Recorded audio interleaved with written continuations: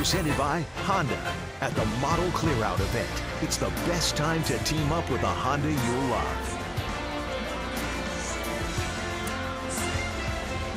A little interleague play here at Rogers Center prior to the ball game. The Trues performing outside the ballpark. And as you can see, we've got a gorgeous night. It is 25 degrees. Nice blue skies overhead. Roof open as Gabe Kapler brings his contending Philadelphia Phillies into Toronto. The Jays took 2 out of 3 in Philadelphia back in May. Look at the Phillies lineup at Wilson Ramos, who was the American League All-Star catcher this year. Didn't play in the game because of injury. Picked up in a trade from Tampa Bay. And as you can see, he is swinging the bat very well since moving to the National League. And Scott Kingery, overall, the rookie infielder, has not had the type of season the Phillies would have liked. But he has done well against American League pitching on the year. Here we go. They're ready to roll. Left-hander Ryan Borucki is on the mound, making his 11th start of the season for the Blue Jays. Off the glove of Smoke, and that liner off the bat of Cesar Hernandez will scoot into right field for a base hit. Ryan Borucki's making his 11th start, and he got off to a real good start with the Blue Jays. Over his first 7 starts, he had an ERA of 2.30, but his last 3 starts have been rough. And including that last start in New York, he lasted just 2/3 of an inning, gave him 6 earned runs on 4 hits. So he's anxious for this start tonight. He said it's been a long 4 days waiting for this start and another opportunity. The Phillies overall not a great offensive team. They're 11th out of 15 National League teams in runs per game on the season. There's a guy who can hurt you. His name is Rhys Hoskins. And it is, if you're wondering about the jerseys, we should probably say it early, it is Players Weekend. This is the 2nd time that baseball has done this. Did it last year. And any guy who's wearing big fella in the batter's box, you better respect. As he loops one into left field, a base hit for Hoskins. The premise of Players Weekend is the players get to have any nickname they want on the back of their jersey. Brighter uniforms, as you can see, for both teams. Look who is back. Lourdes Gurriel Jr. is back, and Bucky's at short. Yeah, he's making his 16th start at short. He's made 20 starts at second, and for me, he's more comfortable at short. I think he's a lot freer with his arm. He's a lot more confident playing shortstop, so it's going to be interesting to watch him as he's back. I watched him during BP. He looked like he had no reservations whatsoever, not physically limited at all because of that ankle injury. So Borucki in an early jam. First and second with a nobody out for Asdrubal Cabrera. The veteran infielder who was picked up in a trade towards the end of July. Solid numbers. He's making his 3rd start at 3rd base on the season. Can also play short, can also play second. Very limited range, but has some pop. Good in the clubhouse. Solid veteran. And there's a strike over the outside corner, 0-2. See, that last pitch was 85 miles an hour, and that's part of what Borucki hopes to do tonight. Throw his breaking ball a little bit harder. He's not been getting a lot of swings and misses on his breaking ball, and he felt it was too slow. The hitters could identify whether it was a strike or a ball, and he just wasn't getting any chases. And a swing and a miss. Cabrera is out. He can't run, but the runners can advance. And will on the pitch that gets off the glove of Russell Martin to the backstop.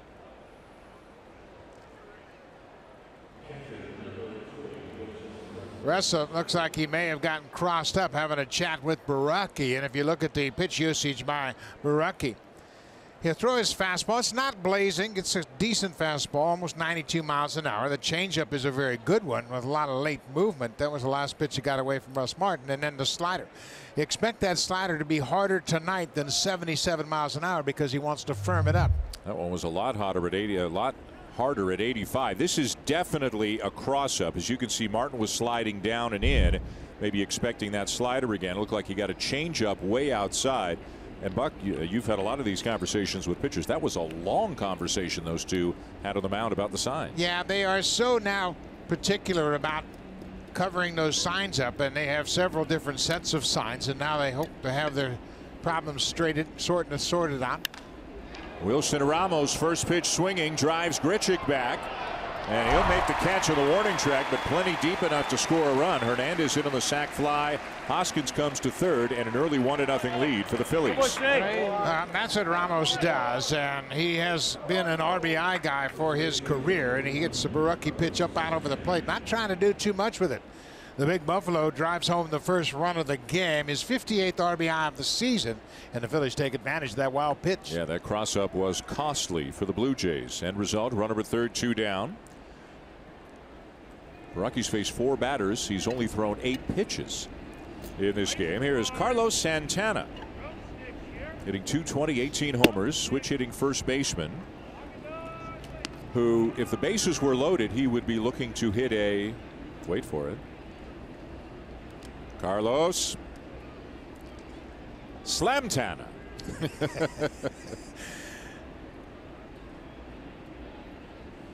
Very patient batter. He's walked 90 times on the season. What would you have had on your jersey? I mean, I guess you could have put Buck, but would you have?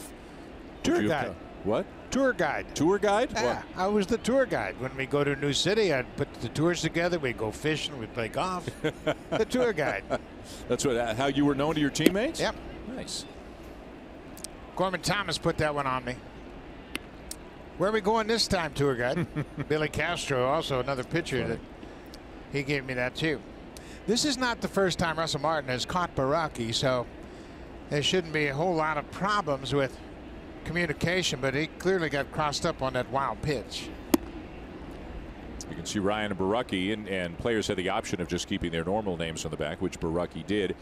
Part 2 of the jerseys is that every player has the option of thanking someone who was instrumental in getting them to where they are today or making them who they are today. As Borucki loses Santana. And it's first and third, 2 down. Yeah, I really like that aspect of this players weekend where they can acknowledge somebody that's helped them, and you see mom and dad. You're going to see a lot of mom and dad. Sac State, that's where Hoskins went to college. He played at Sac State and really developed into a major league prospect. Sacramento State out in California. My son went there too. Yeah, I was going to say, that's your neck of the woods. Yep. Here's Maikel Franco, who is DHing tonight for the National League team here in the American League Park. And Franco's had a great second half. He's hitting .323 in his last 53 games. And a couple of months ago, Buck, as you know, there was a lot of talk about would the Phillies go out and get Manny Machado. And part of the talk was, well, they could put him at third because Franco, he just seems to have plateaued. A little bit disappointing, but I don't know if it served as a wake-up call for him or not. But he's been great ever since. Bobbled at third, and the long throw is still in time. Good job by Aledmus Diaz to stay with it and make the play and prevent the Phillies from adding to the lead. Papito with the inning-ending play.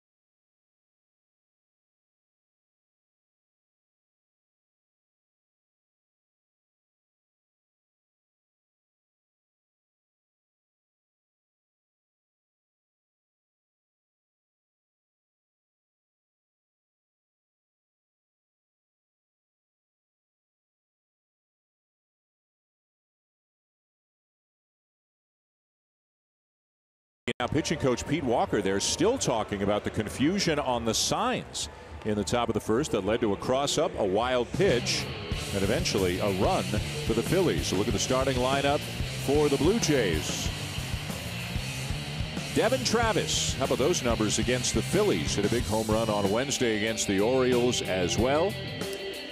And Randall Grichuk, terrific numbers against a tough pitcher in Jake Arrieta. 8 hits and 22 at-bats, including 3 doubles, 2 triples, and 2 homers. Jake Arrieta has really turned things around since he went to the National League. He was a Baltimore Oriole and actually played parts of 4 seasons in Baltimore and had a .546 earned run average. But things turned around dramatically when he went to the Cubs. This is his first year with the Phillies. This will be his 25th start. Once again, good numbers. He's just 9-8 because they haven't scored any runs for him. And look who's back. Lourdes Gurriel Jr. back after that knee and ankle injury suffered on that ugly looking slide a few weeks back that looked like it might cost him the rest of the season. He was on a sensational tear when he came back. It's a little swinging bunt up the third baseline, and he'll be thrown out on a nice play by Asdrubal Cabrera. Cabrera playing third base, just his 3rd start of the season at third base. Let's take a look at the rest of the Philly defense. Hoskin, Herrera, and Quinn in the outfield. And Wilson Ramos back behind the plate. He was just acquired by the Phillies from Tampa Bay for a player to be named later. As Dan mentioned, he was the American League All-Star catcher, but he had a hamstring injury. But the catching has been a real problem for the Phillies. They've committed 19 errors, and that's almost unheard of for a catcher. As a team, 19 errors, but that's a lot of extra bases. 98 errors committed in all by the Phillies. That's tied for the most in baseball, along with the St. Louis Cardinals. That's a bit of a sore spot with their manager, Gabe Kapler, although Gabe is by nature a very upbeat, positive person who made a very bold statement back in spring training when asked what his expectations for the team are. He said, make the playoffs, and he has stuck to that all season. The consensus is that maybe the Phillies are a year ahead of schedule. Right now they're 3 games back of Atlanta for top spot of the National League East. But I think if you said to anybody in the Phillies organization, would you take 69 and 58 on August the 24th, I think just about everybody would take that. They had 66 wins a year ago, and nobody really expected them to be where they are, except for maybe the manager, Gabe Kapler. He was in his first year.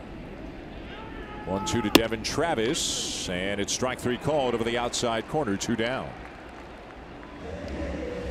Arrieta, he's a 4-pitch pitcher, and he really refined his trade once he went to the Cubs, as we mentioned. Former Cy Young Award winner. He had some terrific years in Chicago, including a 22-6 season when he led the National League in complete games in shutouts and won the Cy Young Award. You can see the Blue Jays have seen him in the past, a total of 8 games, but Arrieta, one of the premier pitchers in the National League since 2013. Here's Justin Smoke with 2 down and the bases empty. The Blue Jays down 1-0. Smoke hitting .253 with 19 home runs.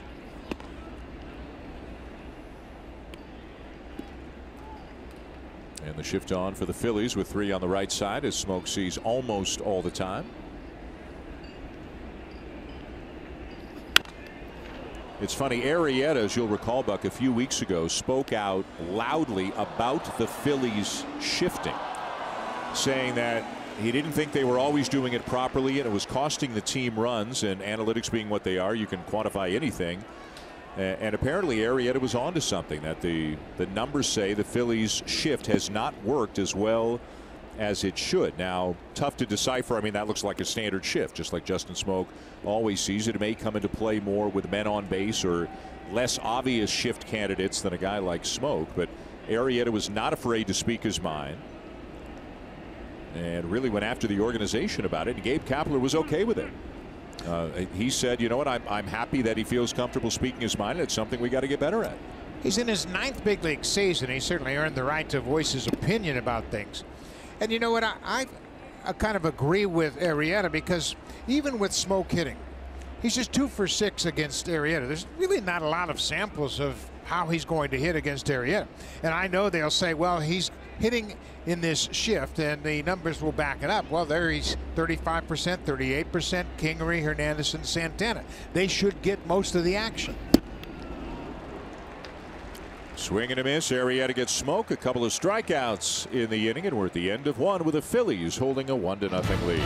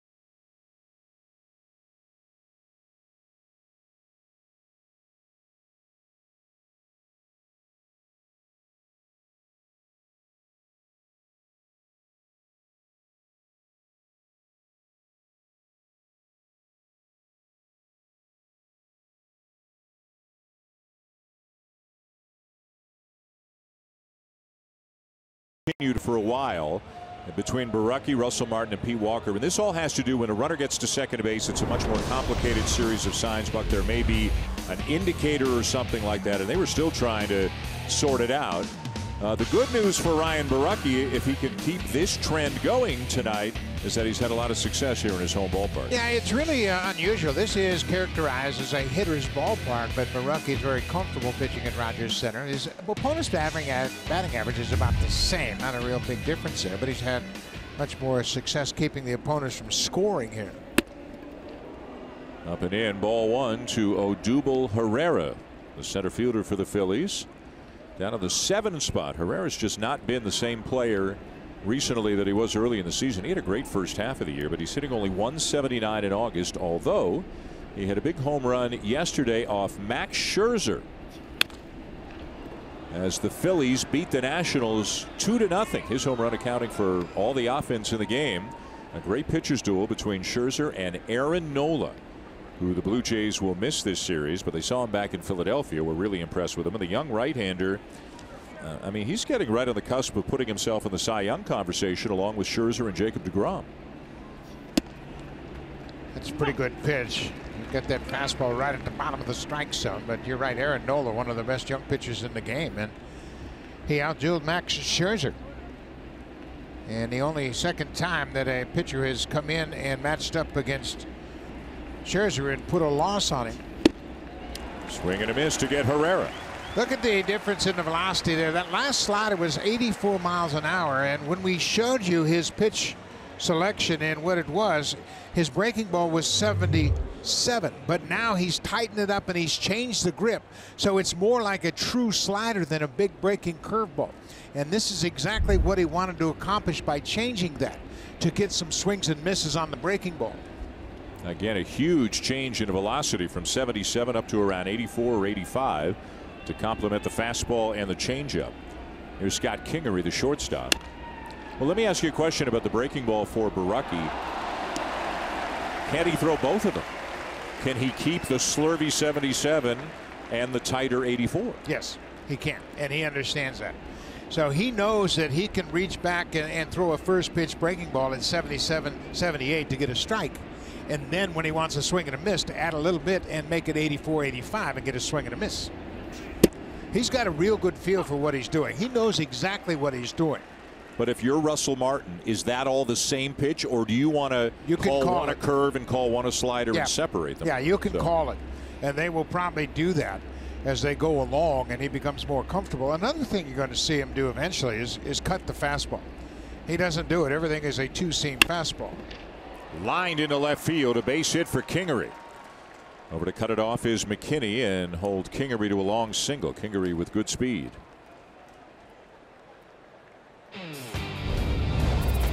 Super Slow-Mo Cam. Brought to you by Samsung Galaxy S9 and S9 Plus. The camera reimagined. Available now.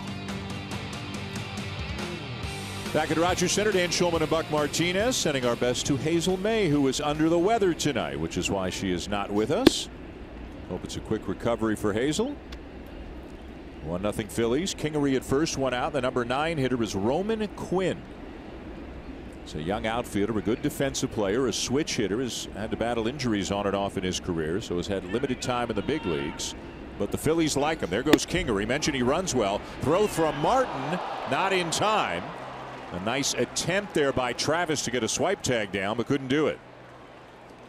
Yeah, Borucki has had some problems holding base runners, and we saw that in his last start in New York, where Hicks and Stanton pulled off a double steal in the first inning. But Kingery got a running start over at first, and there's no chance at all for Russell Martin to throw him out. The reason this throw is high into the first base side of second is because Russell had to rush the throw. Good effort by Travis swiping at Kingery. Almost got him in the helmet. Steal number 10 on the season for Kingery. There's a strike, 2-1 on Quinn. That's another thing I see all the time, whether it's at home plate or second base, where base runners slide sitting up. they become an easy target for the defenders to swipe at him. Instead of getting real flat and sliding straight-legged into the base, you take yourself away from that potential tag. Here's a soft liner, drops into center field, a base hit. Kingery getting the wave. Pilar's throw on a bounce. Got him at the plate. What a throw by Pilar to cut down Kingery at home plate. Well, the Phillies are going to have a look at it, and Russell Martin bobbled the ball as he tagged the runner. Kingery came around, and it's a very shallow throw from Pilar, but a good one. And watch the bobble as he comes up and he has to re-grip the baseball because it was rattling around in his glove.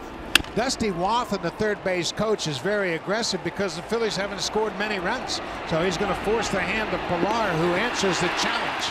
The umpire calls out Kingery, and they're going to have a look at it, whether or not Martin had control of it, because he clearly bobbled it and re-gripped the baseball. This is not the kind of play we have seen very often for video review, and Martin's displeased with the fact they're going to it. I'm sure he knows why. This might be our best angle. There's the tag. Now watch the ball. It's going to rattle around in there, and he re-grips it. I don't think that's enough movement to change it. I think they're going to uphold the call because there wasn't a lot of movement. Russell had it firmly in the webbing and then just re-gripped it. That's not. He had control of that ball throughout the entire point of the tag. Yeah, he re-gripped it a fair bit after the tag. Yeah. At live speed, it looks like it's almost instantaneous. Yeah. No, they're just not going to overturn this one, and they shouldn't. Yep. Jerry Davis, the crew chief, with the signal. That was the quickest review we've ever seen. Yeah, and it's a good one. Pilar makes another terrific throw, his 7th outfield assist of the season. Russell with a great tag. The whole key to that tag at the plate was where the ball was in relationship to the plate. It was on the third base side. Russell didn't have to move, and Kingery basically slid into the tag.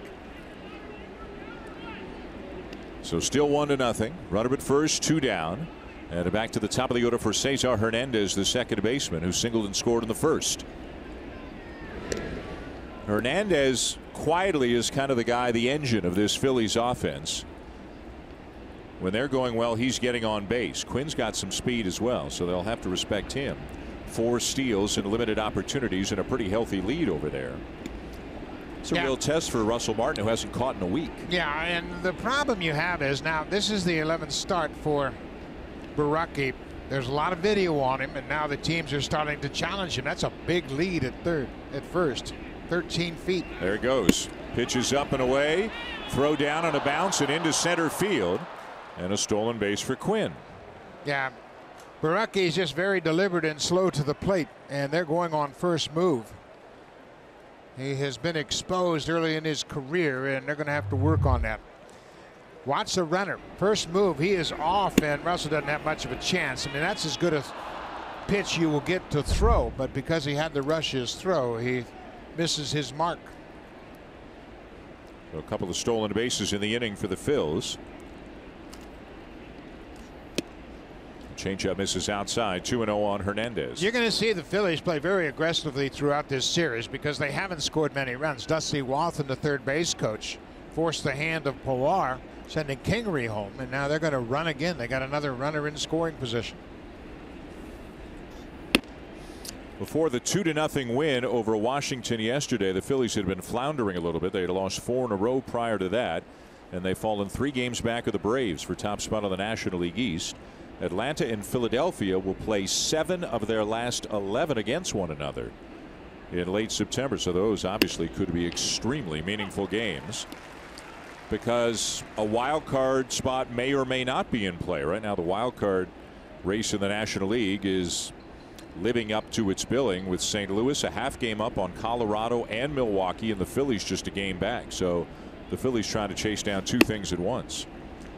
Ooh, Borucki may have caught a break right there to make it 3-2.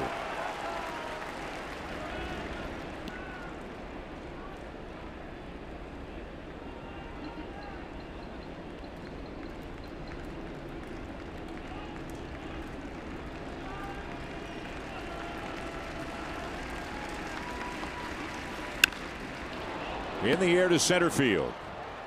Lots of room for Pilar. who puts the squeeze on him. His throw to the plate, a big play here in the top of the second, preventing the Phillies from adding to the lead.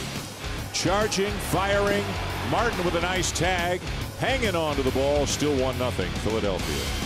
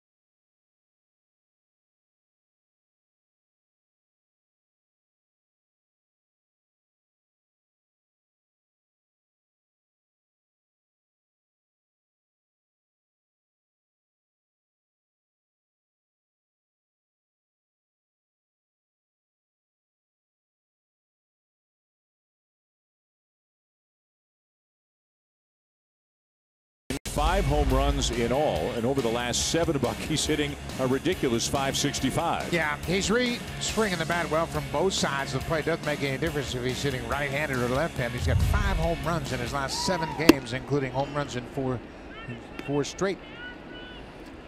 The Blue Jay record for most consecutive games with a home run is 5, held by Jose Bautista. He did that in 2014.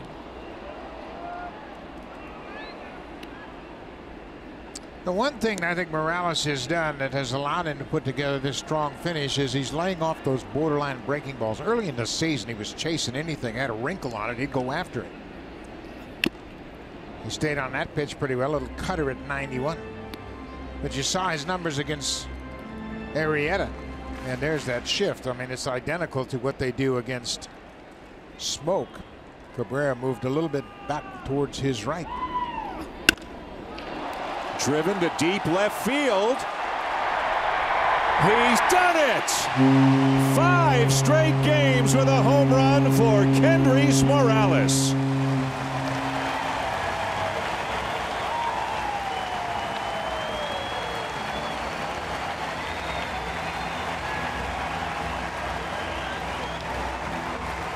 Opposite field again, Buck, off the back wall of the bullpen.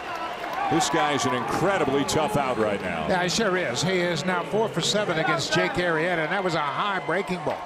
And the thing about it is he's staying on it. He's so strong he can hit out anywhere in the ballpark. But earlier in the season, he was just flailing at those breaking balls. That's not the case any longer, as he ties the franchise record for consecutive games with a home run. If he keeps this up, he's going to be sprouting sunflower seeds. That's a high breaking ball, and boy, he stayed on. That's how you hit a hanger. You don't try to do too much. You don't try to hit it to a specific part of the field. You just want to hit it hard, just like he did. Here's Randal Grichuk. The ball game now tied at 1. Grichuk gets jammed, sends it out to center field. It'll get down for a base hit in front of Odubel Herrera.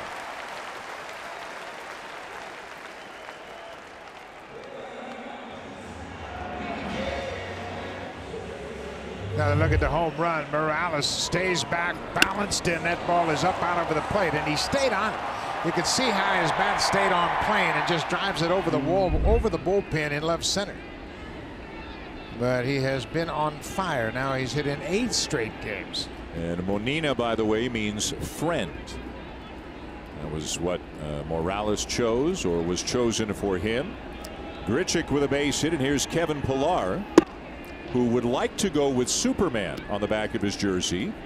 But believe it or not, because of trademark issues, he can't. MLB could afford that, couldn't they?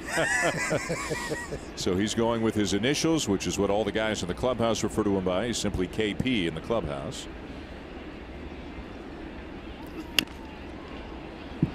Randall Grichuk, that's his 8th hit.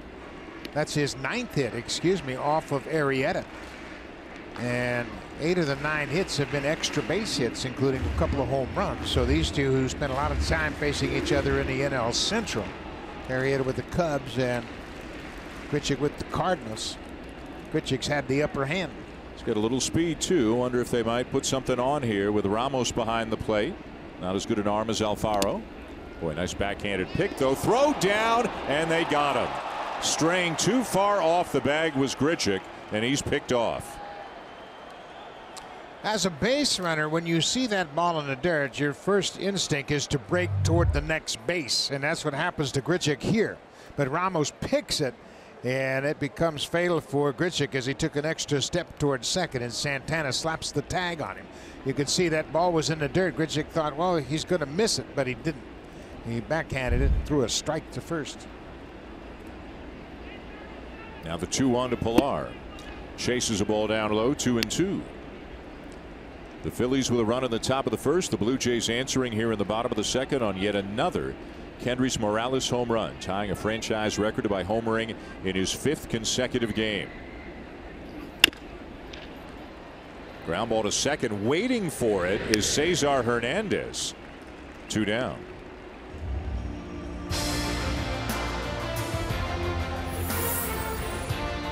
The 2018 Honda CR-V, where style and versatility come together.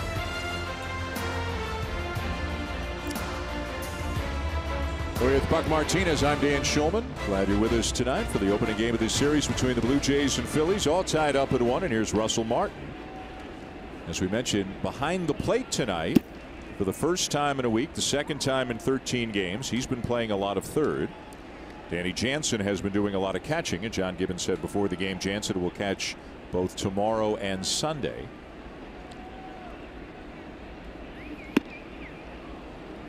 At third base tonight is Aledmus Diaz. They're the other 2 catchers on the roster. Jansen on the left, Maley on the right. And John Gibbons was asked about guys. As you see, Russ Martin is going with Russell LaMuscle on the back of his shirt.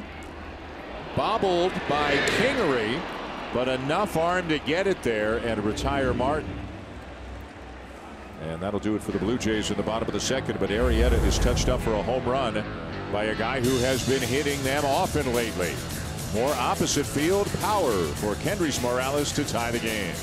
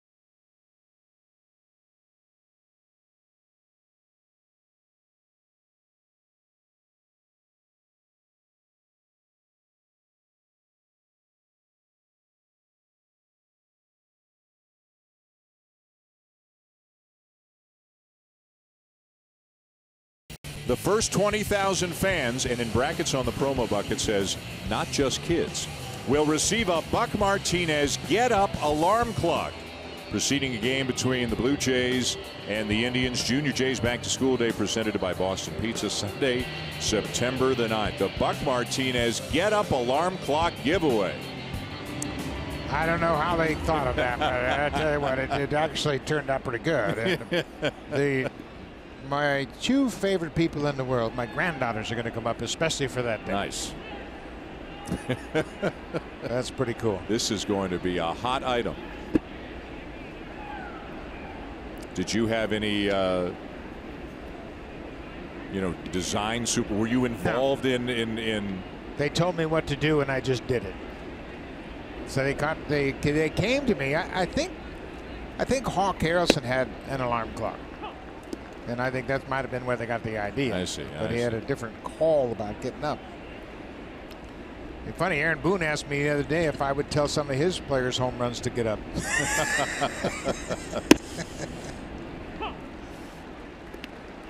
Strike taken, 1-2 on Rhys Hoskins. 1-1 tie, top of the third. Ryan Borucki and Jake Arrieta, the pitching matchup tonight.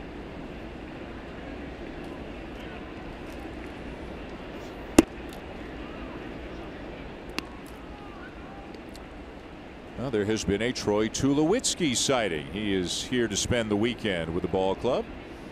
John Gibbons getting reacquainted with Tulowitzki, sitting alongside Marcus Stroman. Tulo, of course, hasn't played all season. Saw him in the clubhouse and asked him how he's doing, and he said, some days better than others, but encouraged by the progress. But obviously, at this point, August the 24th, I think we'd all consider it unlikely to see him out of the field at any point this season. Yeah, really tough to think that he has missed so much time going back to last July.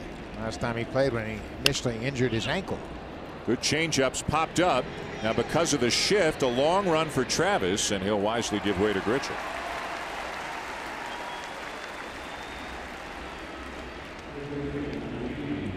Such a key pitch for Borucki, that changeup down and away to right-handed batters. Yeah, and he's got to be able to locate his fastball inside so the hitters will honor that inside strike. And this time, Borucki got the big fella to pop out to right field.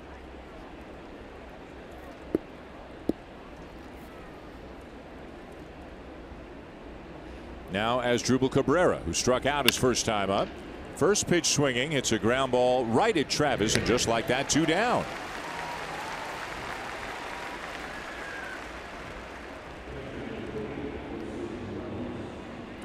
And now Wilson Ramos coming up, and a guy who is just back from injury. And look at that ball as he reached too far for it, hit him right on the left wrist or forearm with Jose Bautista at the plate. Yeah, it was Arrieta and had a lot of movement on it. He reached for it, the ball ran on him and caught him on the wrist, and this is the first time he's played since.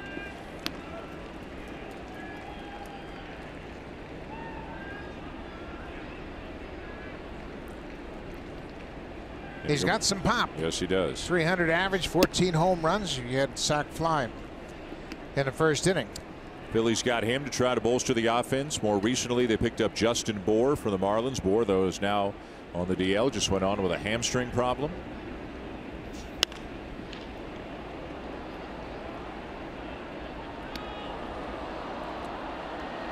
Ramos has always been a very good offensive player.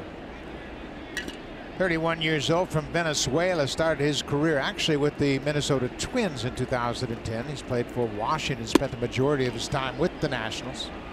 Over 7 seasons, played in almost 600 games with Washington.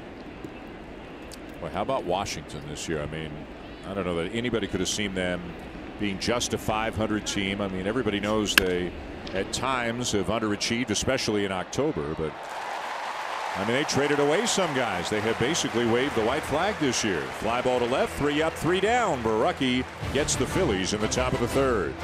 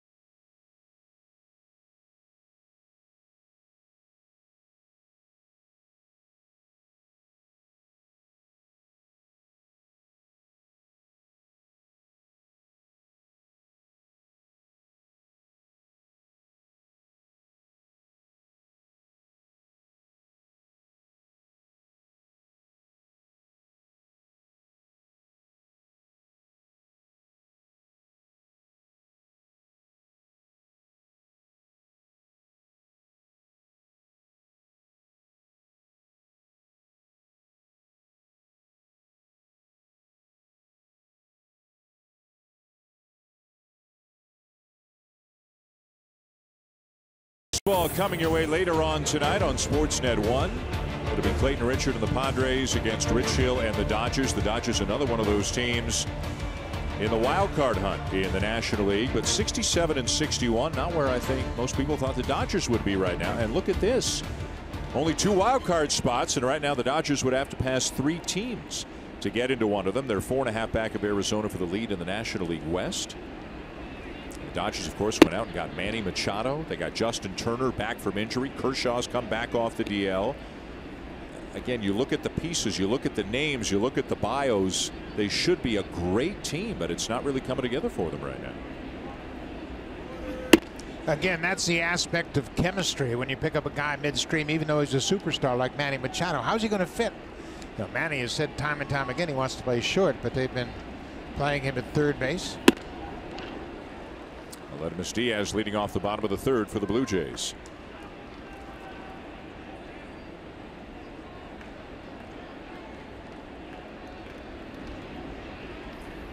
And a strike, 3-1. Diaz, Billy McKinney, and then Lourdes Gurriel Jr.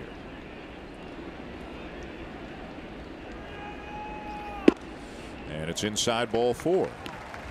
I wanted to clear up something. This is my mistake. I said the record for the Blue Jays for most consecutive games with a home run is 5 by Jose Bautista. It is 6 by Jose Cruz Jr., who did it back in 2001 from September the 29th through October the 5th. Cruz has done it in 6 games, and now Bautista and Morales have each homered in 5 straight. For Morales, that's his 6th home run leading off an inning this year, and he's hit .441 when he's leading off an inning. He's done a great job of starting Blue Jay rallies. Here's Billy McKinney, another one of the guys who says, I'm good with my own name on the back, although he hasn't been here that long. He might not have had time to choose a nickname, but we'll find out. But McKinney just glad to be back in the lineup, and that means Curtis Granderson, who would normally be in there against a righty, is not in the lineup. And John Gibbons said he had a conversation with Granderson about McKinney playing more, and if he keeps doing stuff like this, he's going to stay in that lineup. A rocket to straightaway center field. 2nd big league home run for Billy McKinney.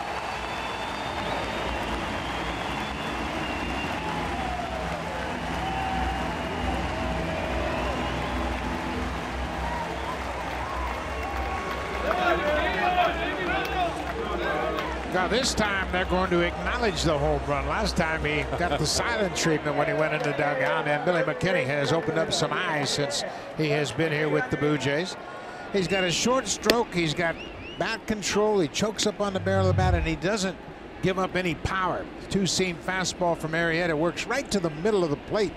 McKinney stays on it and hits it deep to center. Yeah, both of his home runs 400 feet plus, making the most of his opportunity after being acquired by the Blue Jays, coming to the big leagues, and he's had a great week. Started to say that John Gibbons had a talk with Curtis Granderson today as you get another look at that short stroke from McKinney, and he explained to Granderson, listen, they want to get a look at the new guy, at the young guy, and they want to see as much as they can see of Grichuk and Teoscar Hernandez, although Hernandez is out of the lineup. You've got Pilar as well, and you know, every day now you look at the Blue Jay lineup card, and when it comes out and we're down at the clubhouse and we see it, and there's just not enough spots for guys who you would think would be in there on pretty much an everyday basis. There's a lot of competition now. And Granderson, as you would expect, that's his response to the news. He's applauding for his teammate, and during batting practice, after having that meeting with John Gibbons, he was out in left field working with Teoscar Hernandez, trying to give him some tips, and so he's just gotten the message, hey, you're not going to play an awful lot. So he continues to do exactly what he always has done, be a good teammate. Yep. I mean, he's one of the most exceptional guys I've ever been around, and John Gibbons knows that, and he knows he's going to take the message and not have any issues with it. But he was out there helping one of the young outfielders trying to get over some rough spots, and he's a pretty special guy. Yeah, assuming he's not back next year, they'll miss that. I think, you know, we don't know if J Happ will come back. He could resign as a free agent, but you know, leadership, a leader gone from the pitching staff. with J. Happ being traded and probably a leader gone at the end of this season, if not before, with Curtis Granderson moving on somewhere else. Yeah, and they're hard to find.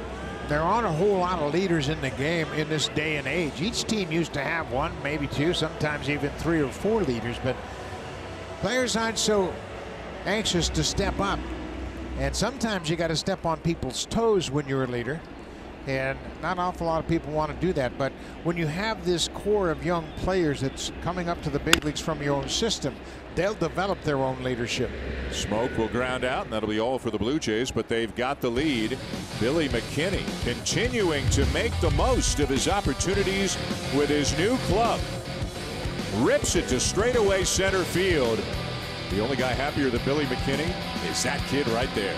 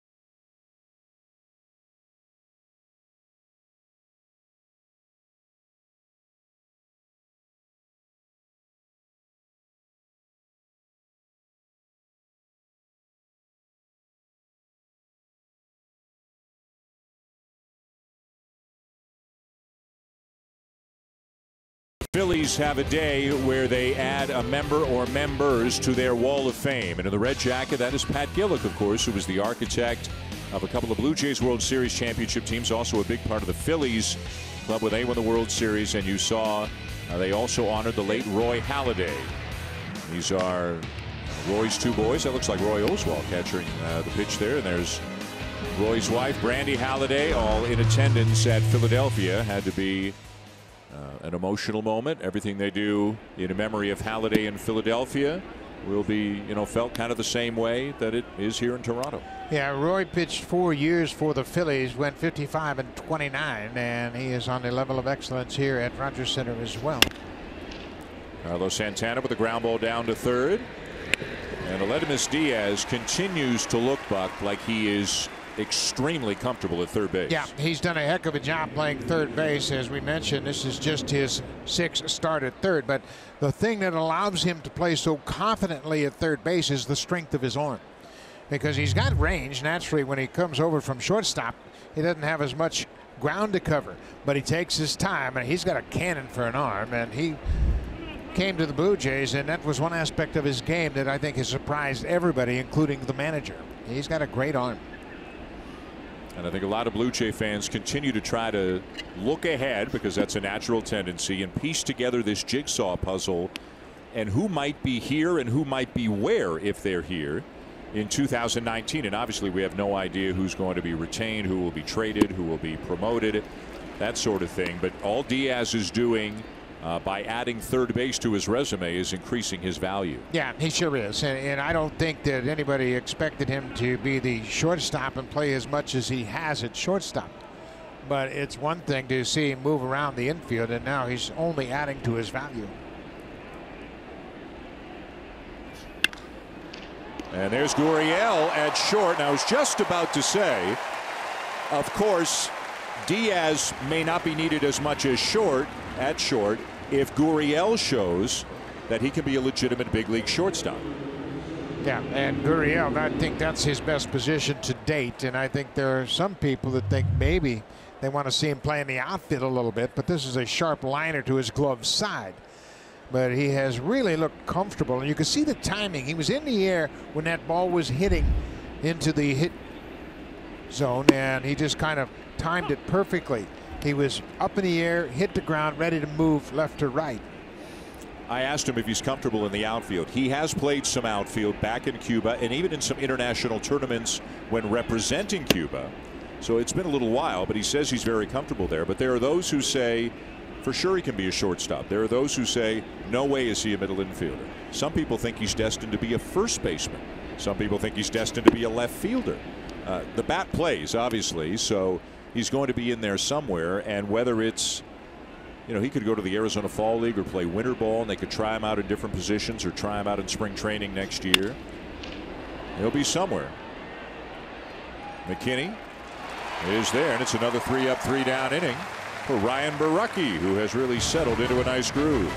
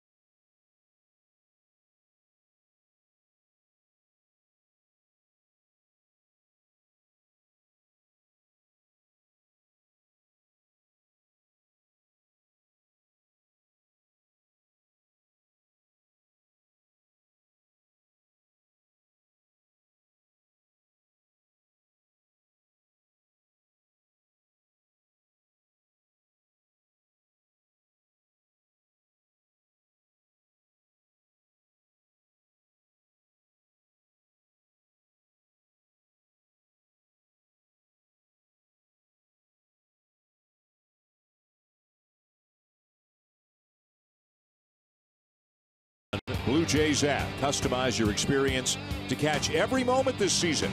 Get a Blue Jays home screen icons and features such as the MLB TV Game of the Day, pitch tracking, in-game highlights, live radio broadcasts, stats, news, and more. Download MLB at Bat today. 3-1, the Blue Jays lead. Going to the bottom of the fourth, and a couple of home runs hit by the Jays already. One of them by this guy. He's got to be pretty close to being the hottest hitter on the planet right now. Kendrys Morales homering in his 5th consecutive game. And again, my mistake, that did not tie the record. He is now one shy of the franchise record. Jose Cruz Jr. hit a home run in 6 straight games back in 2001. So Morales, assuming he's in the lineup, will have a chance to equal that record tomorrow. Number 19 on the season. Got up to such a slow start. Again, you can see the shift as they expect him to pull it on the ground. But in the air, he can hit it out anywhere. Foul pole to foul pole, and he hit that home run to deep left center back in the second. Will he be swinging 3-0? Looked like he had the option to, but decided to take it. 3-1. Yeah, tough pitch, a fastball on the outside corner. Obviously, when you have a 3-0 count, you want to really narrow your focus. And a ground ball into the shift. Kingery is there with plenty of time to get him.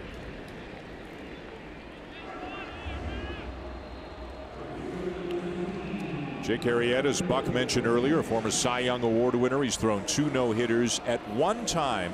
Say that Cy Young year, especially the second half of it in 2015. His stuff might have been the nastiest in baseball. I mean, just virtually unhittable for start after start after start. I don't know that the stuff is quite what it was. The competitive nature clearly still is. And if there were any player on the Phillies team who would have a chance of beating their manager in an arm wrestling match, it would be Jake Arrieta. But I don't know that even he could do that. Arrieta is a big, strong dude, but Gabe Kapler ain't messing around. Now, Gabe has always been really concerned about his physical well-being. Takes great care of himself. He did that as a player. He was one of the first guys we really noticed with the bodybuilding and weight training, and he's always kept himself fit. Really pays attention to what he eats, and he's passed that along to his team, hopefully getting them to understand the same habits. Grichuk tried to check the swing and succeeded on the appeal down to first. 2 balls and a strike. One thing that has helped Arrieta because of his conditioning is the second half of the season. He's been dominant throughout his career, pitching well deep into the season. He also gets a lot of credit, Buck, for the impact he's had on the younger pitchers on the staff. They've got some young starting pitchers, including Victoria's own Nick Pivetta, who will start here on home soil against the Blue Jays, something that we know he was really hoping to do. He faced the Blue Jays in Philadelphia back in May. And a strike, as Grichuk will have to come back, 3-2. But Arrieta seen as having a big impact on Nick Pivetta, and again, Aaron Nola has developed into one of the best pitchers in baseball. Yeah, he sure has. And Arrieta's not one to hold court and have everybody sit in his room and talk about it. He leads by example. He sets a very good example for consistency.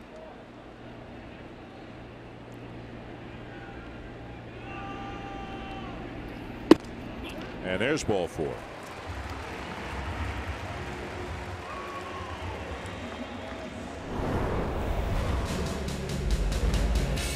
Jake Arrieta got out to a decent start and really turned things on in May. Went 2-1 and had a 0.90, but then June really went south.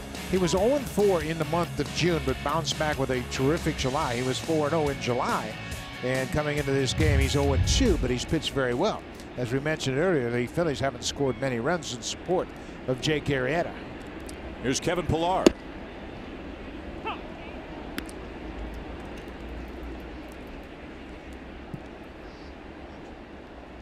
Eddie Arrieta has done a nice job of getting balls on the ground, the double play balls. He's had 21 double plays turned behind him. There's tomorrow's battery having a little meeting tonight. Aaron Sanchez will be on the mound for the Blue Jays tomorrow. Danny Jansen will be behind the plate. Sanchez a long road back from that finger injury through a side session yesterday, and it was judged to have been good enough that he's ready to go. He threw 86 pitches in his last rehab start.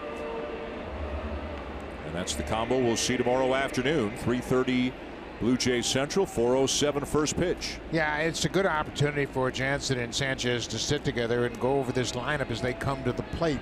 Have a little chat about them, talk about what they think might work against the Philly hitters.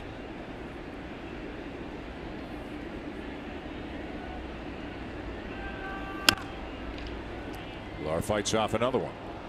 Good movement down and in. Arrieta's done a nice job of keeping that ball down and into Pillar. And that's how you get those double play balls. Get a hitter to roll over it. But so far, Pillar's been able to fight it off and stay alive.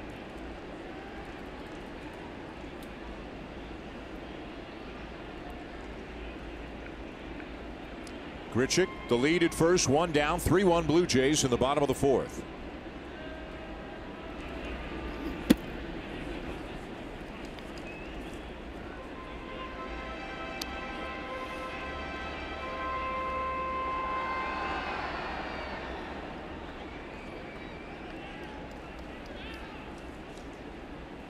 Rob Thompson in the middle of your screen there, the former bench coach of the New York Yankees, who came over to join the staff in Philadelphia. Pillar with a soft liner to left field. Hoskins coming on, and did he make the catch? The umpire says yes. It wasn't a thing of beauty, but it looked like he corralled it and cradled it. Well, I think Pillar got jammed on it, and his swing looked like he was going to produce a line drive, but it's kind of a sinking line drive. Hoskins is naturally a first baseman who's made a decent transition to the outfield, but obviously he's in there for his bat. But he's able to take a hit away from Kevin Pillar, a 2-strike sinking liner. And he goes back to the cheat sheet to check on his positioning for the next hitter. And a guy who deserves some credit. He's a first baseman, and then they signed Carlos Santana to that big deal, and so he was forced to move out to the outfield. You can see he's stretching out that left wrist after maybe hyperextending it just a bit. And talking to some Phillies folks, I mean, again, Hoskins is not flashy, But on a team where the defense has been an issue, Hoskins is giving you an honest day's work every time out there, and if he can get there, he's going to make the catch. But he's also committed 6 errors, and you know, errors in the outfield result in multiple bases at least, so that's an issue. Where that really shows up is in the postseason. You can see Hoskins still trying to loosen up that left wrist, and he rolled over on that glove as he made that catch.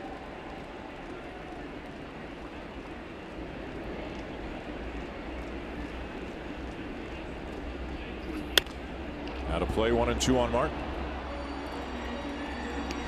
You know, this field looks like it's nice and cushy and soft, but it's not.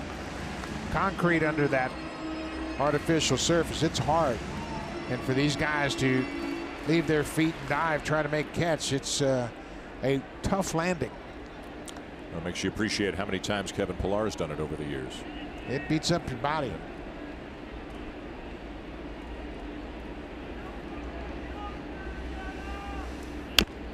Fouled off by Martin.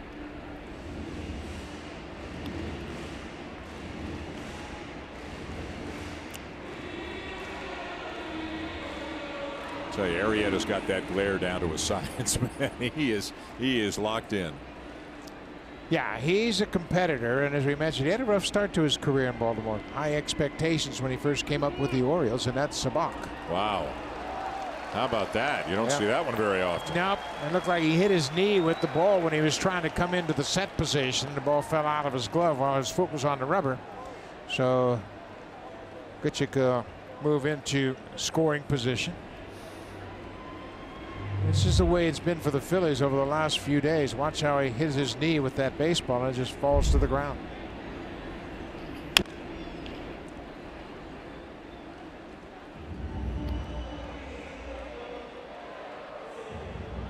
Kendrys Morales has already gone deep tonight. 5th game in a row, 19th on the season, to tie Justin Smoak for the club lead in home runs. Billy McKinney has hit a home run, a 2-run shot, and it's 3-1 Blue Jays, bottom of the 4th.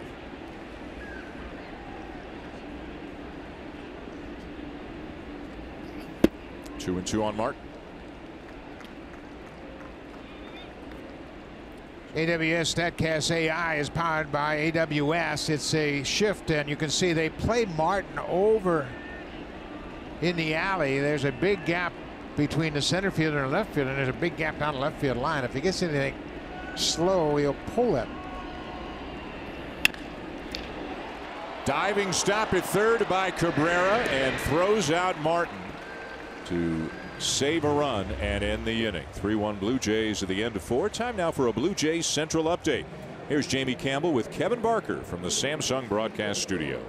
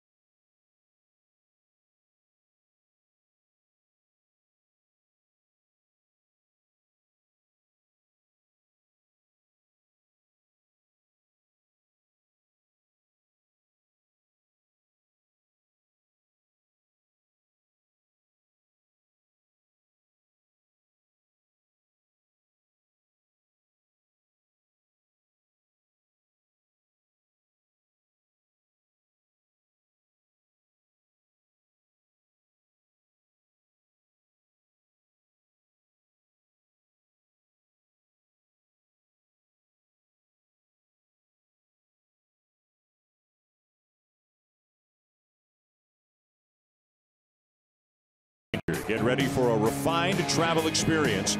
Visit 787.westjet.com to see the whole story. Enjoying those comfy green chairs in the TD Comfort Zone, a guest from one of TD's community partners.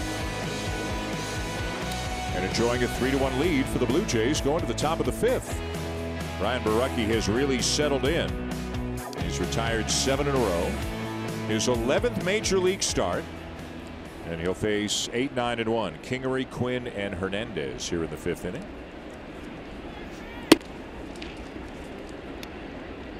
Kingery with a base hit and a stolen base, and then got thrown out at home, and Kevin Pillar threw him out back in the 2nd.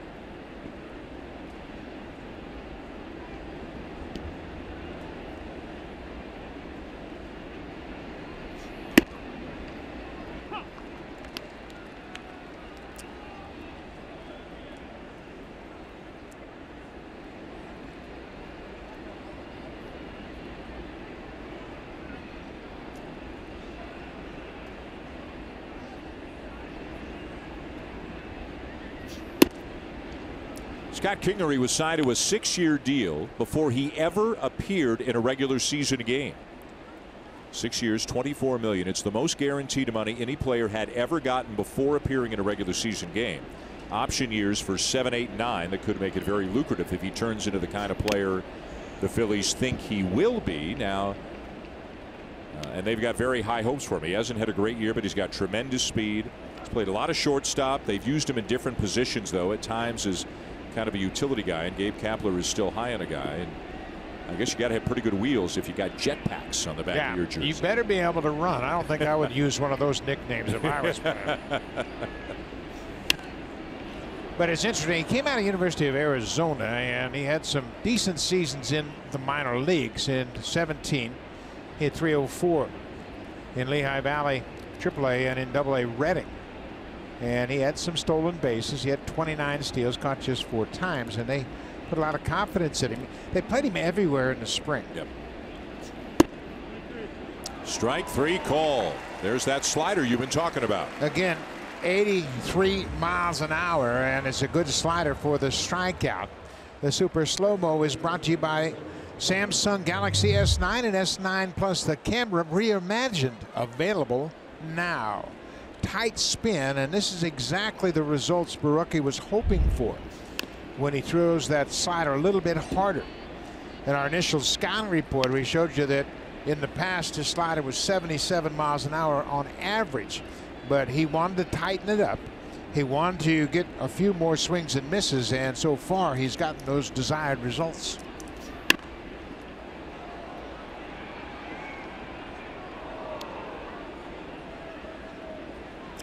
Last couple of starts notwithstanding, it's been a great couple of months for Ryan Borucki, who has really solidified the rotation and shown the Blue Jays that he can compete at the major league level. And obviously with Happ getting traded, and again, who knows if he re-signs here or not, but Marco Estrada's up. Jaime Garcia started the year as a starter, isn't a starter anymore.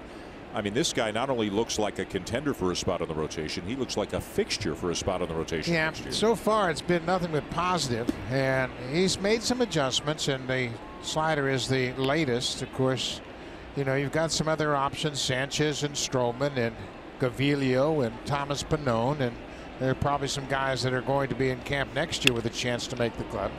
Boy, that's a good bit of hitting right there, because that was not a bad pitch. Nice job by Roman Quinn to just reach for it and flick it into center field.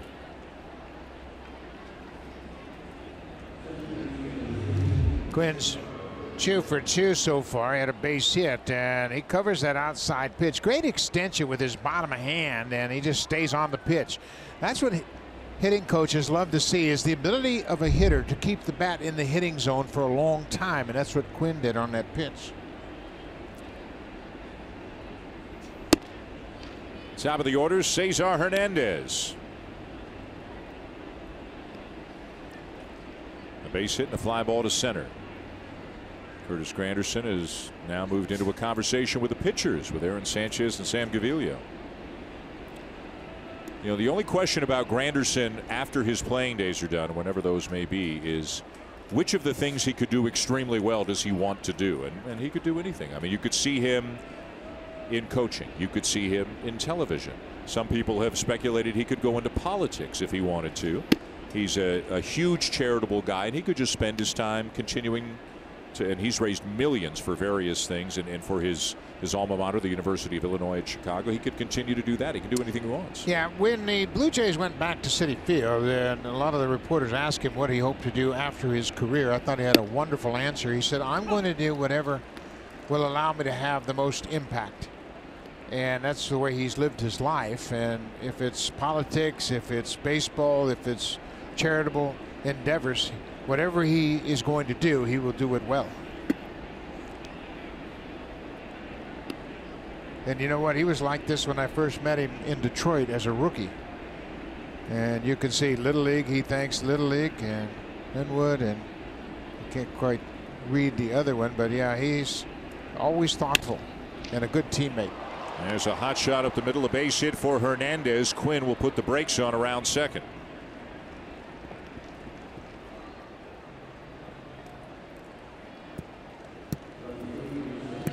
So the number 9 hitter has 2 hits. The leadoff hitter has 2 hits, and they have been short and quick to the baseball. And that's probably the best approach when you're going up against Ryan Borucki, because he's not going to overpower you. You don't have to really start your bat too early. And Borucki understands that he's going to have to locate his pitches, and he's going to have a little more deception with his breaking ball. And Dan, you talked about a slow breaking ball and the harder breaking ball that we've seen tonight. That might ultimately be the right mix.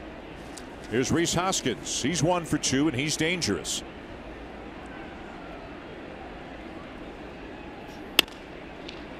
This is sliced down the right field line, foul. Hoskins has a leg kick, but it's a little unusual in that he lifts that leg, holds it in the air, but all the while he's starting to drift toward the pitcher. It's not like it's up and down.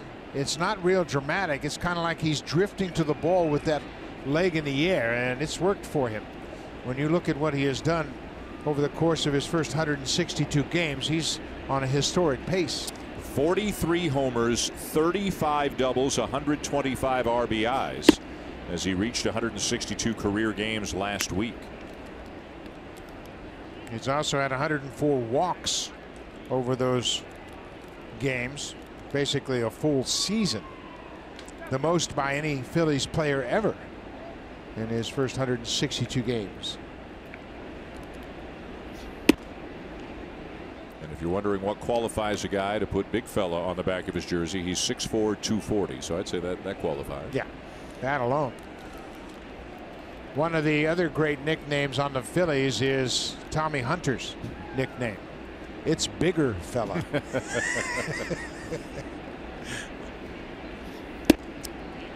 And Borucki in a jam right now. First and second, 1 out, and 3-1 on Hoskins. He has shown the ability in most of his starts to wriggle off the hook, to get out of jams. We'll see if he can do it here.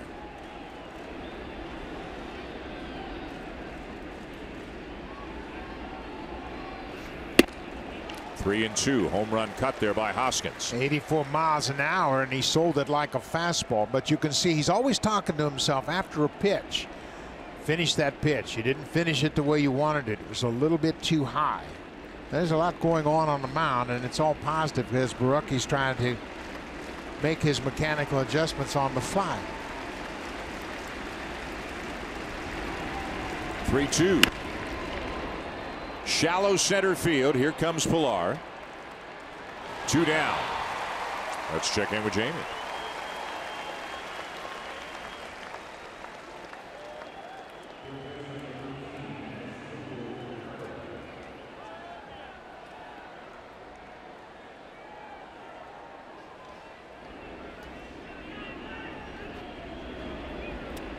Luke Voigt called up to the big leagues as the Yankees continue to deal with injuries. And right now they look like it looks like the division is beyond their reach. 9.5 games back and just about 5 weeks left to play. And the Yankees right now just trying to hold off, say, whoever doesn't win the division between Houston and Oakland out west, so they can host a wild card game. The Yankees did get CC Sabathia tonight. He made the start as you look at Jake Petrichka loosening up for the Blue Jays.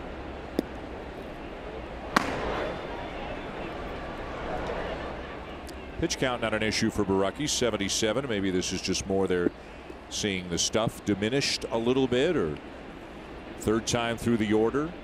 Not wanting that many guys to see him again. Cabrera is the number 3 hitter in the Phillies lineup. Trying to protect a 3-1 lead. You know, one thing we haven't seen a lot of in the last inning or two is that slider. He's thrown fastballs and changeups, and I just wonder if that new grip, it's really not a new grip, it's the old grip that he's gone back to, has created some sort of friction in his pitching hand.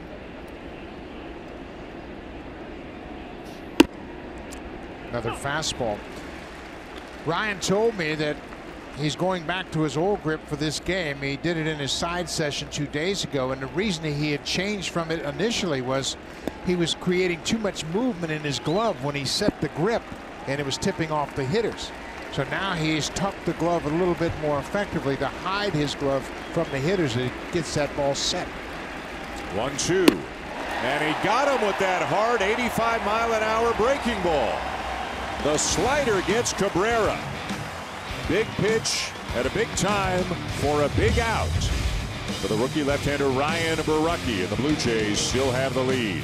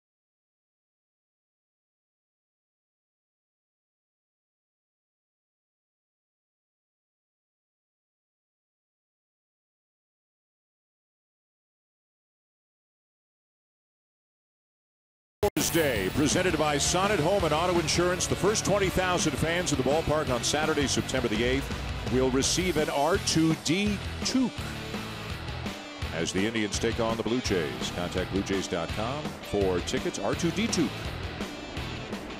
Well done. Here's Aledmus Diaz, and he drives the ball to right center field. And this will skip up and over the fence for an automatic double to begin the bottom of the 5th. Diaz on base for the second time tonight.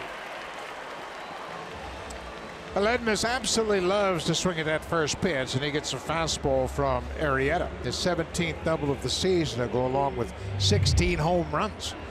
Just to get me over the fastball, and he hammers it in the alley in right center. One hop out of the ballpark.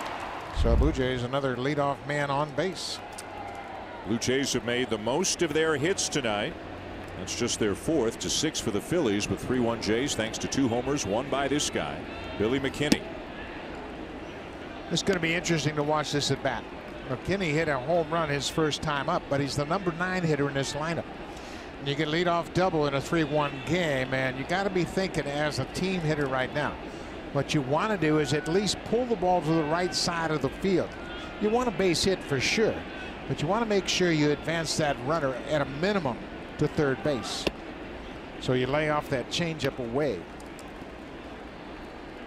It feels like McKinney's had a lot of deep at bats, and by that I mean a lot of 4, 5, 6 pitch at bats, fouling off pitches, working the count. Not that he has huge walk numbers. He's got decent walk numbers in the minors, but it feels like he's kind of a grinder up there at the plate.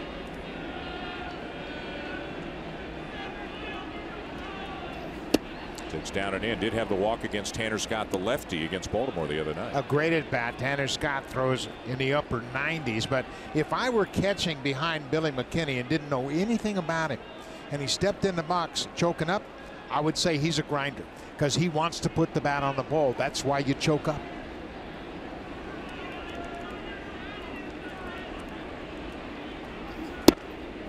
And he'll take a 4-pitch walk. He's an interesting guy, and we talked about it's an advantage for him being a left-handed batter because the Blue Jays have so many right-handed hitters, especially in the outfield. And again, things could go 1,000 different ways by next season, but he's an interesting guy to keep an eye on. Well, he has the one asset Blue Jays don't have much of, and that's speed. Plus, he's a left-handed hitter. Not a lot of left-handed hitters as well. And he's kind of giving Teoscar Hernandez a battle for playing time right now. Hernandez struggling defensively, and he's the odd man out of the lineup tonight. First and second, nobody out for Lourdes Gurriel Jr. Leading off tonight, he's 0 for 2, a ground out and a strikeout in his return.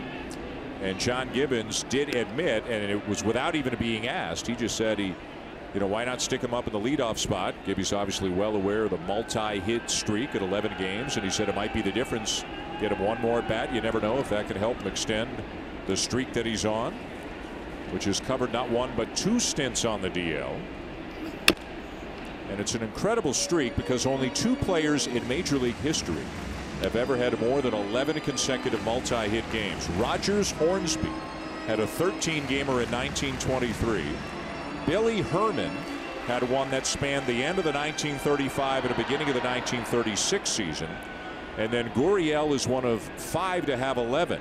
Tony Perez Hall of Famer, Paul Wainer Hall of Famer, Sam Rice Hall of Famer, Shoeless Joe Jackson not a Hall of Famer because of the Black Sox scandal, but otherwise he is. And there's a base hit. So he's got his first one of the night, and here comes Diaz home to score and make it 4-1.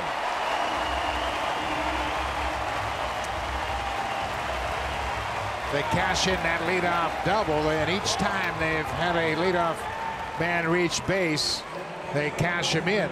Papito comes in to score. Gurriel picks up the 23rd RBI of his season. Watch the reaction of the base hit.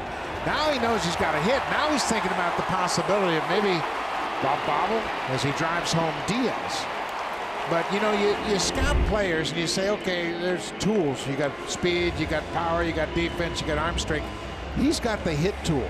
He understands how to hit. And now we have seen him understand the strike zone, and when he gets a strike, he's going to put it in play. When we first saw him when he made his debut, he wanted to hit every pitch. He was so anxious to show he could hit. He was chasing a lot of pitches out of the zone. That's not the case any longer. I asked him if he has a feel for what his ceiling is. And he said no, but if you could go ask the manager or the coaches and let me know what they said, I would appreciate it. So he understands he is still learning. As Devin Travis takes a strike, Gurriel is fully aware that in some areas he's playing catch up, and it may be some of the subtler aspects of the game. But you talk to the coaches and he's happy to learn. He's happy to put the work in. He's popular in the clubhouse. He runs hard. He will make mistakes, but they think he's going to learn from it. Yeah. And continue to improve and to minimize the mistakes. You and I both saw his brother last year at the World Series playing for the Astros, and I asked his older brother, Yuli, I said, is he a good hitter? He said he's a better hitter than I am. And that's high praise.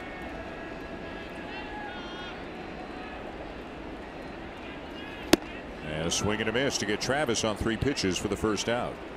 Let's check in with Jamie Campbell.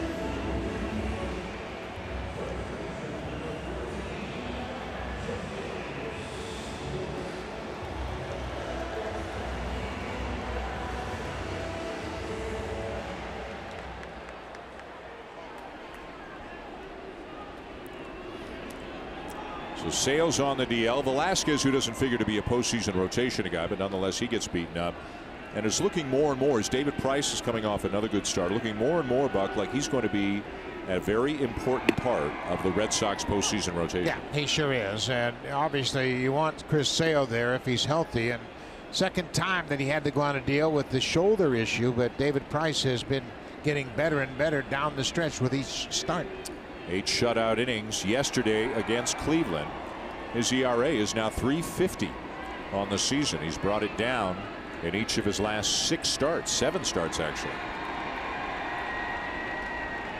Justin Smoak's had a tough time with Jake Arrieta tonight. A strikeout and a ground out.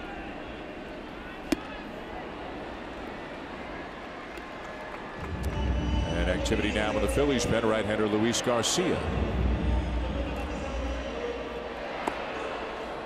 I think this is a real challenge for National League managers coming into American League parks and deciding when they have to make a pitching change. For me, it's a lot easier in the National League because you know where the pitcher is batting, and you always look to that spot in the lineup. It's not the same when you don't have the pitcher hitting in the lineup. Kingery's got it. His only play is to first. He'll get the out there as the runners advance.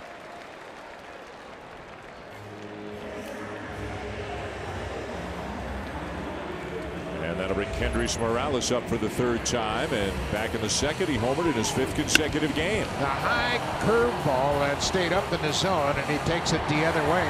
Opposite field power for Morales, his 19th of the season, and that gives him 49 RBIs. He has done a terrific job in the 2nd half of this season. They keep the shift on. Big hole up the middle and to the left side of the infield. Runners at 2nd and 3rd with 2 down.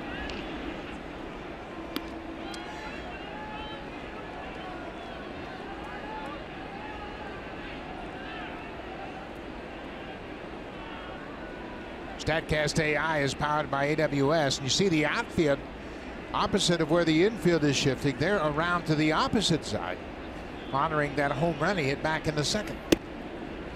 And that's not unusual, and it kind of with the Smoak at bats as well. They play the outfield opposite the infield to pull, which means anything that's down in the strike zone he's going to pull on the ground. Anything up, both of these switch hitters have a tendency to hit the opposite field.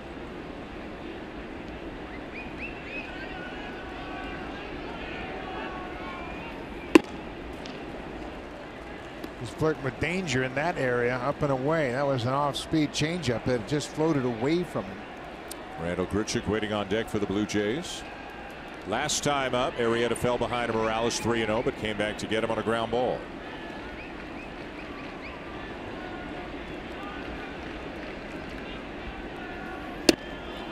Green light, 3-1.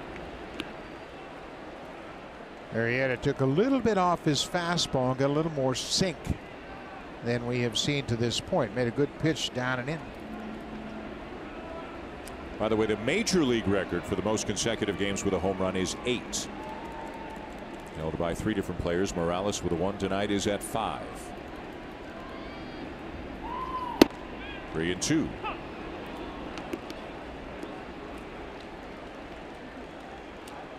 I think it's Dale Long, Don Mattingly, Ken Griffey are the 3 guys. Billy McKinney's having a good night. He's at 3rd. Lourdes Gurriel is 1 for 3 tonight. He's at 2nd. 2 down. Blue Jays up 4-1. And a full count as Arrieta battles Morales. Out of play. Yeah, he stayed on that ball. It was off the plate probably 6 inches, and he still had the ability to get to it. And the numbers for his 8-game hit streak are impressive. 6 home runs, 11 ribbies in the 8 games. But early in the season, he didn't have a chance to hit that outside pitch. Everything was flying open. He was pulling off the inside pitch, and that really robbed him of any ability to cover the outer half.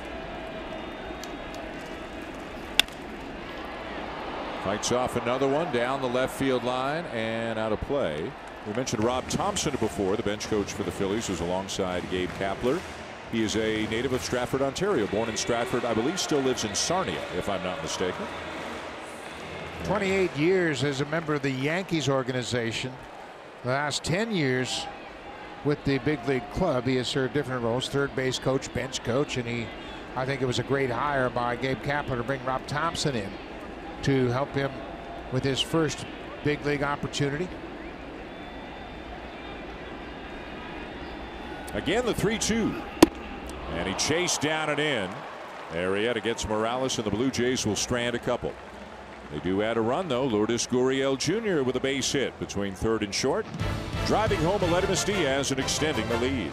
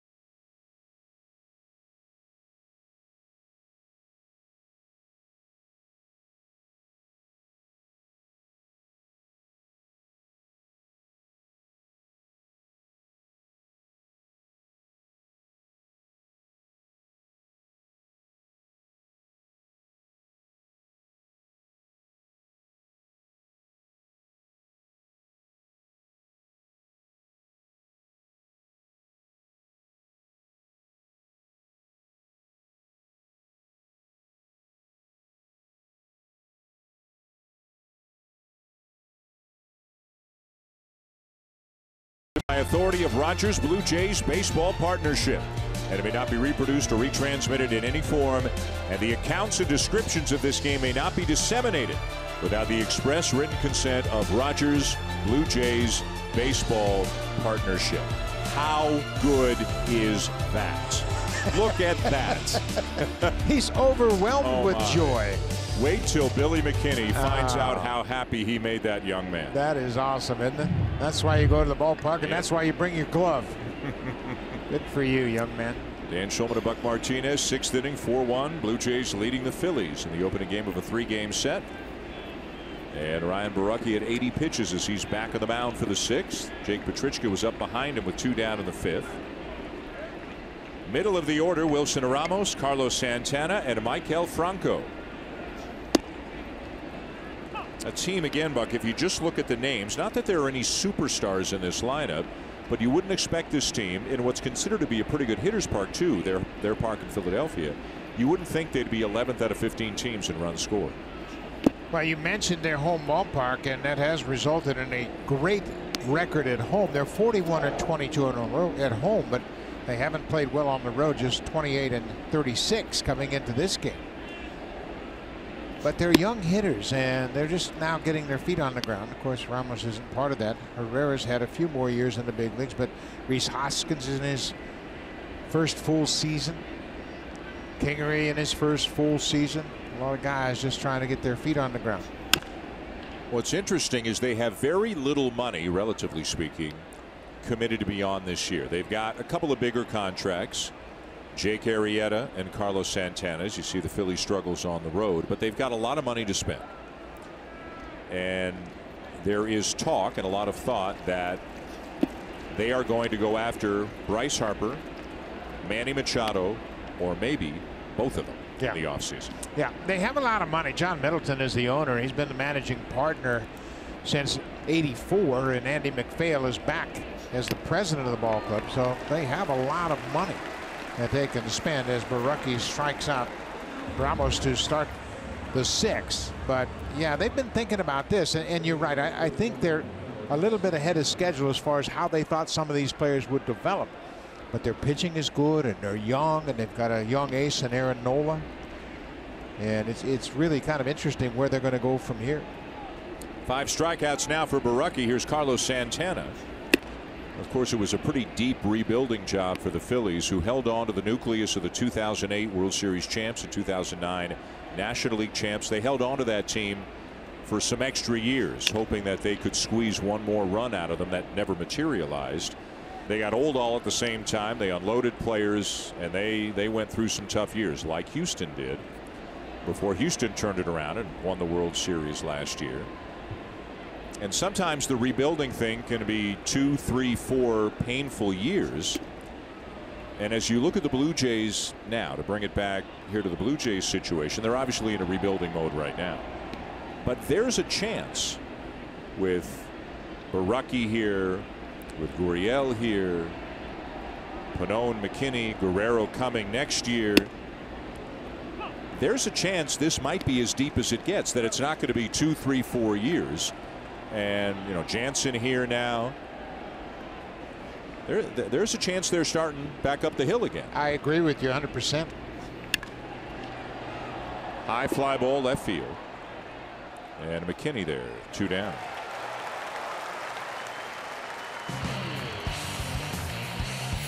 Take on any project with Home Hardware. Proud partner of the Toronto Blue Jays. Here's how.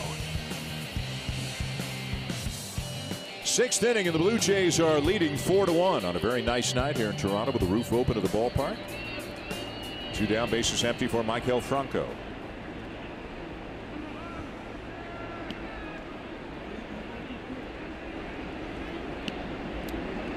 I wonder, something going on now between Franco and the home plate umpire, Pat Hoberg. He's talking about where he's standing in the box. He is right back at the edge. That's the only thing I can imagine. There wasn't a pitch that they were arguing over. But it was interesting. The umpire came and kind of confronted him, but he is well within the boundaries of that batter's box.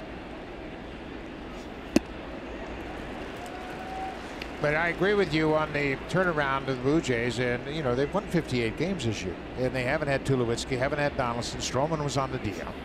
Sanchez has been on the DL. I mean, they've missed a lot of their parts, but now with the competition that we have seen, especially in the middle infield, Devin Travis, Gurriel, Diaz, it's interesting how things are turning around.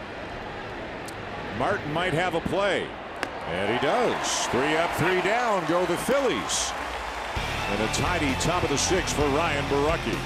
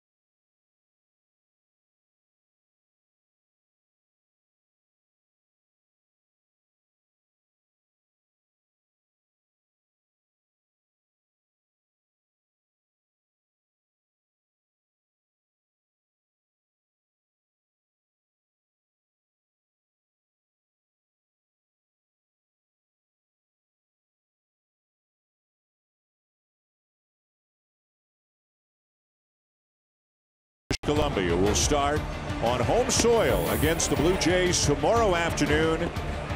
3:30 Eastern time start for Blue Jays Central. First pitch at 4:07. Had a chance to talk to him back in May when the Blue Jays were there, and he pitched against the Jays there, and he said, I'm just hoping that my day falls in one of those 3 games, and it did. He'll start the middle game of the series, and Aaron Sanchez will return to the mound for the Blue Jays. I was at Niagara yesterday and went down there. We did all the tourist things, took the boat, went under the falls, and then we rode the cable car across the whirlpool. And some folks stopped us afterwards, and they were from Victoria. Oh, cool. And we had a chat, talking about it. I said, what brings you here? Oh, we came to watch the Phillies. We want to see Nick Pivetta pitch. Wow. And it was very cool. We had some time we spent. They said, we know of Nick. We kind of know some friends who know him. And I told Nick that today. He was pretty impressed with folks traveling all the way from Victoria to see Nick Pivetta pitch here against the Blue Jays. Jerry Howarth was here earlier, as he always comes for the first game of his series, and he asked Pivetta, who was your favorite team, Mariners or the Blue Jays? Oh, without question, the Blue Jays. He said, I was a big Roy Halladay fan growing up. And now he'll pitch on the same mound that Doc used to pitch on. That's pretty cool. You know, these guys, Pivetta and some of the other young Canadian players, of course, Russell Martin, they've done a lot to advance baseball across Canada, as the younger players are looking up to the Pivettas and the Martins of the world now. And certainly we have to acknowledge Greg Hamilton and what he has done with the junior national team. Giving these kids the great opportunities to play international baseball, and they go down and play the Blue Jays in spring training, and it's really made it kind of a sexy thing to be on the junior national team. Ryan Tepera up in the pen. Grichuk stings one into center field for a base hit. Brando Grichuk likes what he sees from Jake Arrieta, and Arrieta knows that. Go back to their National League days when Jake was with the Cubs and Grichuk was with the Cards. Grichuk's been on base all 3 times against Arrieta tonight. You mentioned the junior national team. I had a chance to meet a couple of the kids who play on the junior national team. They were here in advance of the T12 tournament that happens in September, the great amateur tournament where the best players, the best young players with either college eligibility or heading into their draft year, that sort of thing, they play about a 5-day tournament. There are 8 teams comprised of players from around the country. They're split up by area, and they play here at Rogers Center where the Blue Jays are on a road trip. Grichuk is running, and Pilar lifts one to right field, and Grichuk's going to have to get very lucky to get back, and he will not, as he was in motion and didn't work out as they had planned. So that'll be a double play. But I met Keegan Pulford Thorpe, a young left-handed pitcher who was the great nephew of former NHLer Bob Pulford. Has a lot of athletes in his family. I met Jaden Brown, a young man from Mississauga who's committed to Kentucky as a shortstop. And I met a member of the Toronto Mets who won a gold medal with Team Ontario at the Canada Cup, Ryan Leach, who's a catcher, big strong kid with a lot of power, and they're all playing here at the ballpark as part of the T12. And imagine being 17, 18, and they're all close enough. I mean, it's very exciting for them to play in a big league ballpark, but they're all close enough, either getting recruited or getting drafted, that sort of thing, where they can start to imagine playing in this ballpark as a big leaguer, not just in a tournament. Yeah, so many of the players that have played in the past in the T12 have made it and made the jump, whether to college baseball or to professional baseball.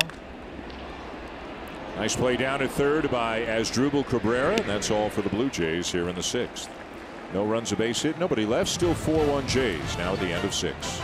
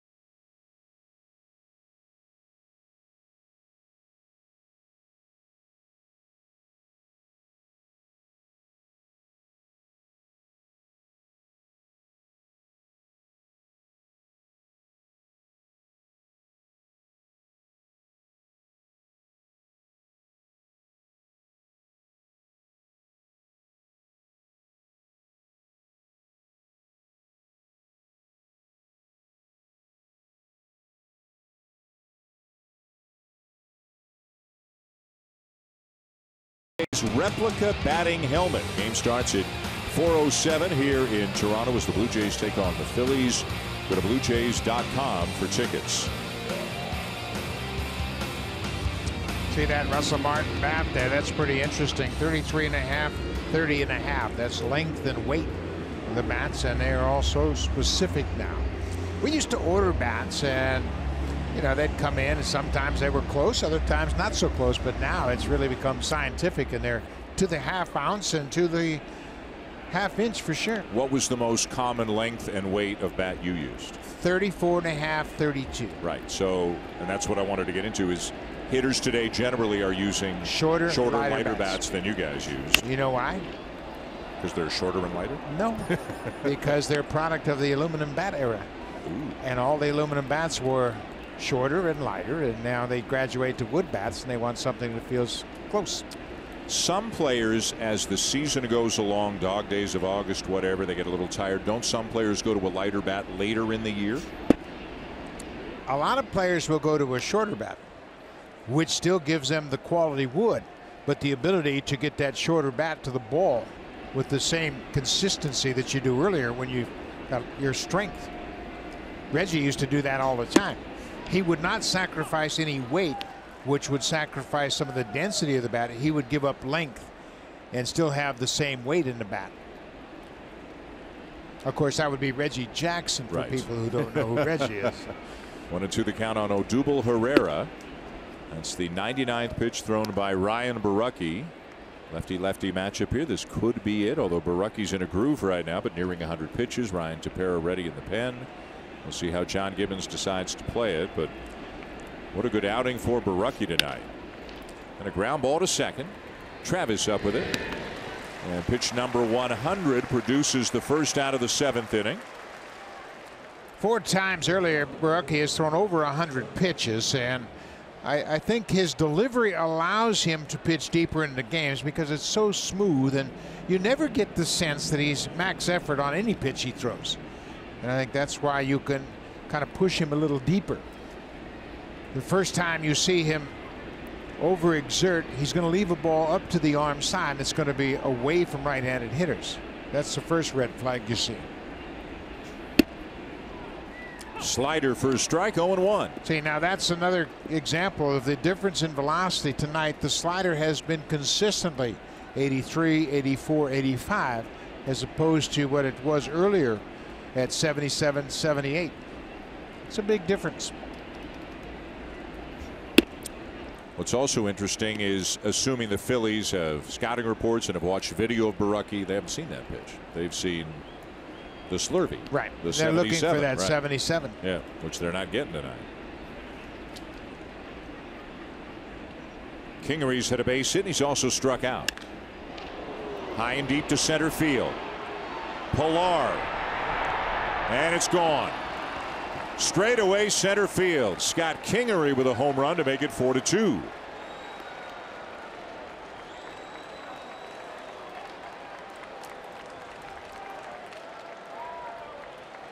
It's only the 3rd home run that Borucki has surrendered, but that's going to be the end of the night. So he will pitch 6 1/3, and the Phillies trail by 2, but another good outing and a good bounce back outing for Borucki as he acknowledges his infield and his battery mate Russ Martin.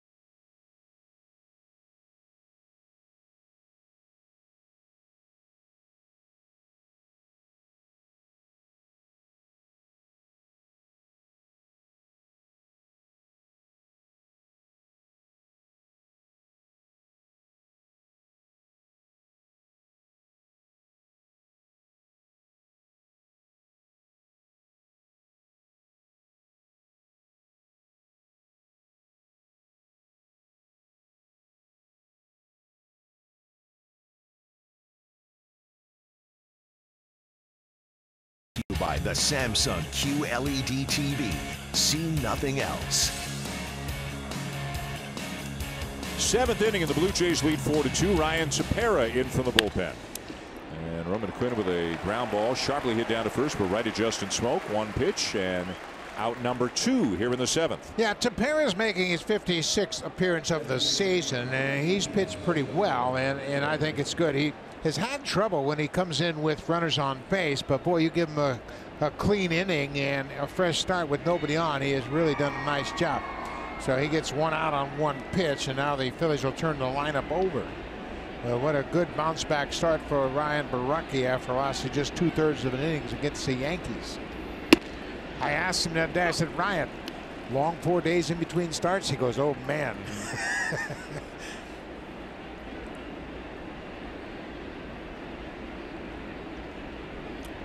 Walked only 1 tonight, struck out 5. It's got to be kind of cool for Ryan as well. His dad played for the Phillies in the minor leagues, and a chance to put a W up against Philadelphia has got to be special. Yep. Ray Borucki got as high as AAA. He was an infielder in the Phillies organization for about 5-6 years. Played with Ryne Sandberg down in the Phillies minor league system. And I think it's 75, his first year in Spartanburg in the Western Carolina League. They had a fellow named George Bell, MVP, Ryne Sandberg, MVP, and a Cy Young Award winner in Mark Davis, the left-handed reliever. Pretty good minor league team.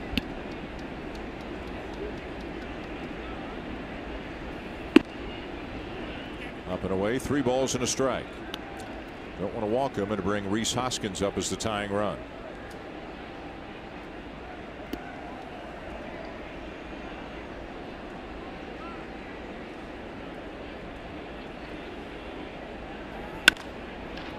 Lined into right field. That's a base hit for Hernandez. And Hoskins will come up as the tying run.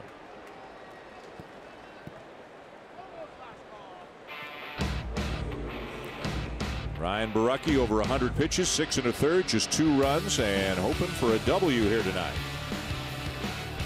Yeah, after his previous start against the Yankees, a great turnaround for him, and that's what you want as a pitcher, another opportunity to go back out there. Last time out, just 2/3 of an innings against the Yanks.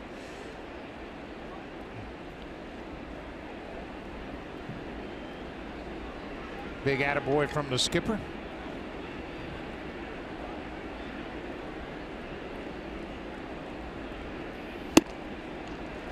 Oh, 0-1.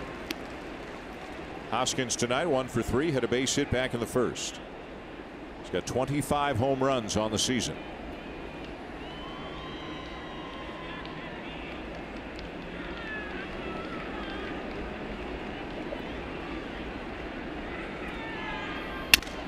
And a broken back ground ball. Gurriel off to Smoke, and that's it. The Kingery home run makes it 4-2. 7th inning stretch, and the Blue Jays still lead.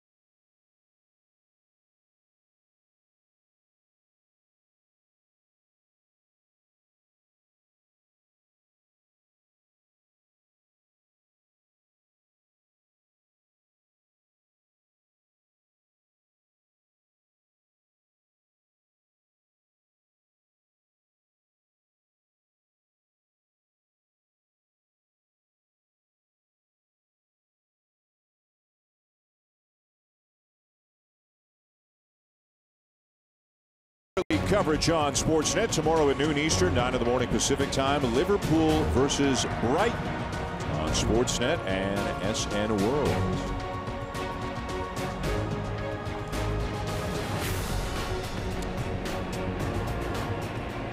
Bottom 7, 4-2 Blue Jays. First pitch swinging, Aledmus Diaz, and it eats up Kingery.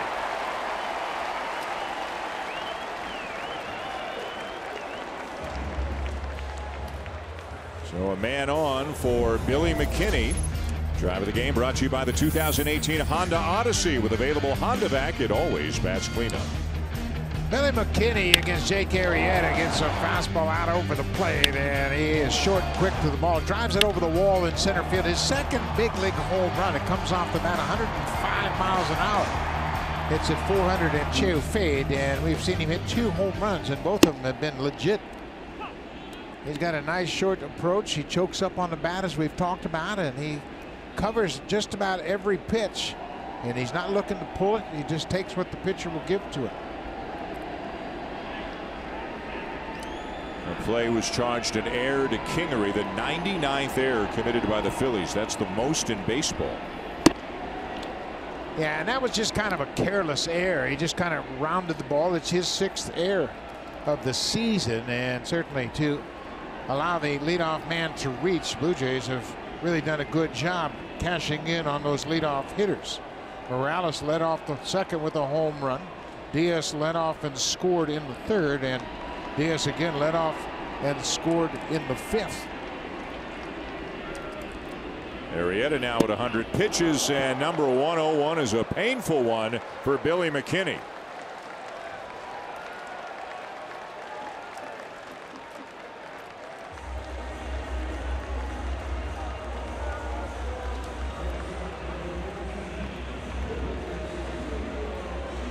Sixth batter hit by Arrieta this season. And you can see that they're going to make a pitching change, and Arrieta's not too happy about it. Gabe Kapler is out of the dugout, and Arrieta, you can see him reacting to watching the manager come out of the dugout. They haven't been scoring him many runs, and he will leave with 2 on and trailing by 2 already. Hector Neris coming in, and Lourdes Gurriel Jr. Junito is coming up. He's already got 1 hit tonight, trying to make a little history if he can get another base hit in this at bat. 4-2 Blue Jays, bottom 7.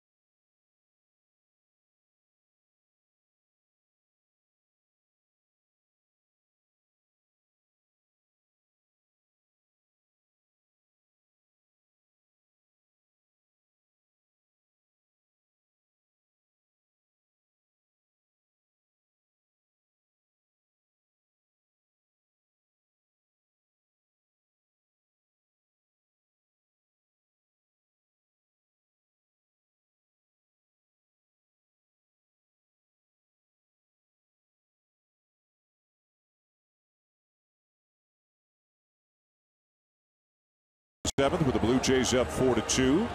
An error, then a hit batter, first and second, nobody out.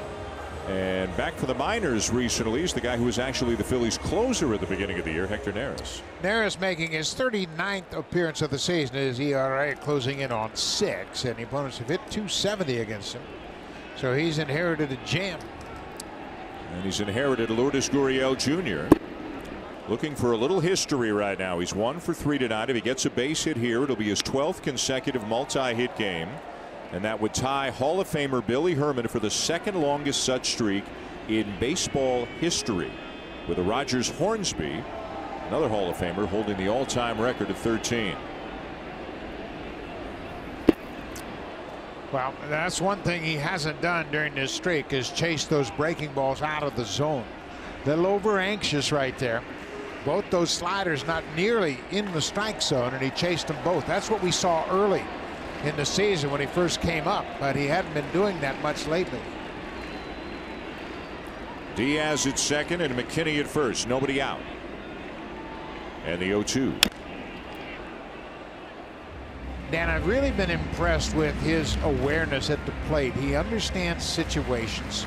He knows now with 2 strikes he's going to have to shorten up. He got real big on those first 2 pitches trying to do something dramatic. But he will take a good pitch and hit it through the hole on the right side. He is a very advanced hitter. You see him peeking around to see where the infielders are as well. And a swing and a miss to get him. And remains to be seen whether or not Gurriel gets another at bat tonight. Well, and that's why John Gibbons put him up in the leadoff spot his first game back off the DL. Said, you know what? He's got an 11-game streak. I'm going to give him every opportunity I can to give him as many at bats as possible.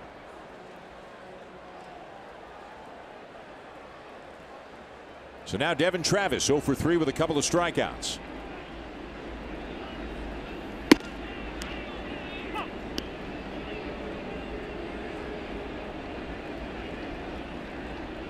Travis checking with the home plate umpire, Pat Hobert. Probably asking, is that as high as your strike zone is?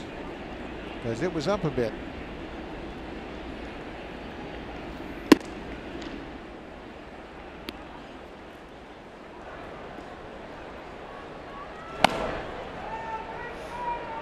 And Tyler Clippard now getting ready to work the 8th inning. So last week or so, Buck, kind of a changing of the rules. Tepera pitching earlier, Clippard pitching later, both in front of Ken Giles, now the closer.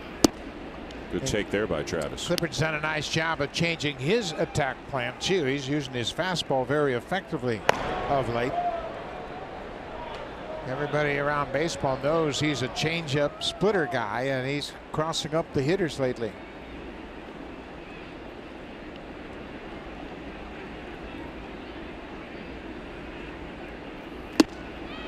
Two and two. Boy, isn't it funny?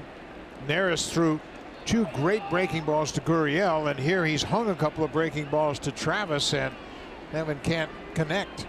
Probably looking for that good one. Both those sliders are on the inside part of the plate.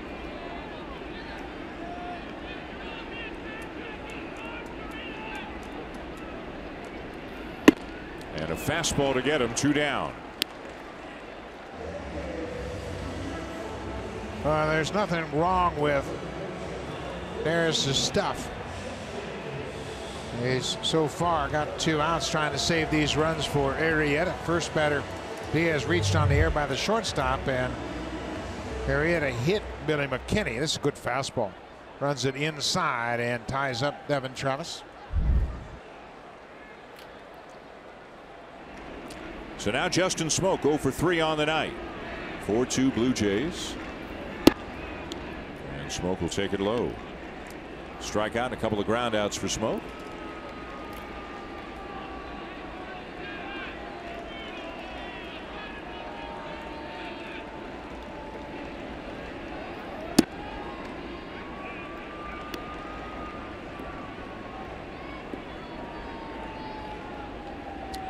Troy Tulowitzki in town over the weekend in the clubhouse before the game. Tulowitzki, a close friend of his, is Brandon Drury, newcomer to the Blue Jays.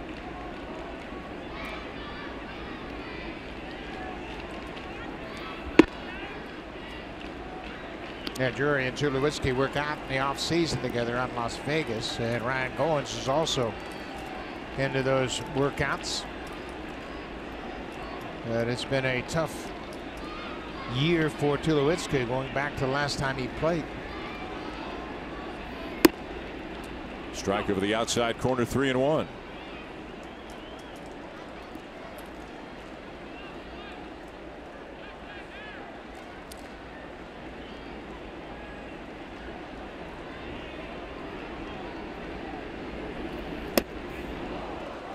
Boy, 3-1 off speed, swing and a miss, full count. Yeah, Neris uses that splitter very effectively. You can see him set it in his hand. His fastball slider is split. Done a heck of a job to this point, striking out the first 2 batters.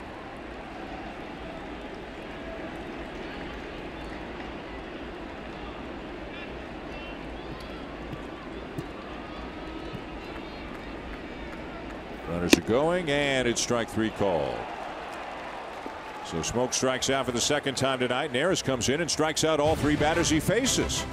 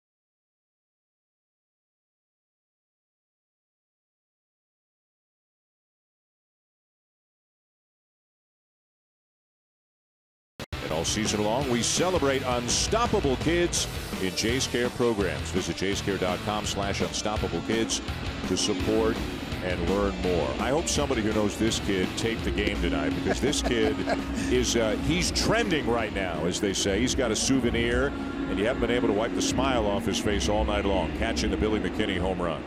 Yeah, it was a terrific visual to watch him react to getting the home run ball. New pitcher for the Blue Jays is Tyler Clippard, his 62nd appearance of the season. Boy, he's been consistent all year long. And lately, he's done a heck of a job of changing his attack plan. He's using his fastball much more efficiently and much more effectively. A lot of hitters are fooled by the fact they're getting a lot of fastballs from Clippard. And there's one to start Asdrubal Cabrera. 3-4-5 coming up for the Phillies. Cabrera, Wilson Ramos, and Carlos Santana. 4-6-0 for the Blue Jays. 2-8-1 for the Phillies. Ryan Borucki, a really strong performance tonight. 6 1/3, 2 runs earned on 7 hits, walked 1, struck out 5.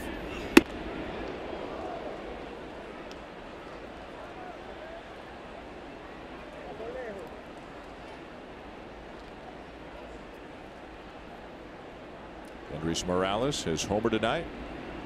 5th consecutive game with a home run. Billy McKinney is homered. 1 and 2. See, another hitter, and Asdrubal Cabrera is a veteran hitter that knows all about Tyler Clippard, but he's thrown him 3 fastballs. It's like, what are you going to throw me next? Veteran hitters love to have at bats against the pitcher they're facing, so they have some experience. Yes, he did on the appeal down to 3rd. Cabrera strikes out, 1 down.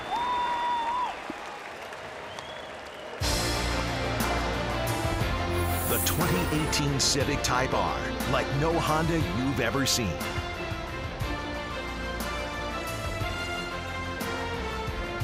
Tyler Clippard threw 3 fastballs to Asdrubal Cabrera, then he gets 2 strikes on him and drops the splitter on him, and Cabrera went too far. He's called for the swing. But that has been a pattern we've seen a lot lately from Clippard. Fastball, fastball, fastball, and then the hitter's like, what's he going to throw me now?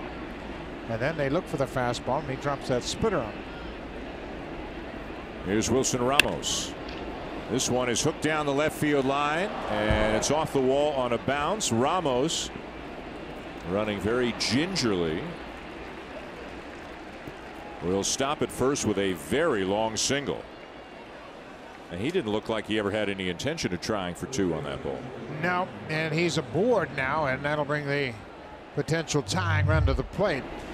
But he's had hamstring problems early in the season, and you can see he's just kind of protecting the legs coming out of the box. Just kind of accepts the fact that this is going to be a long single.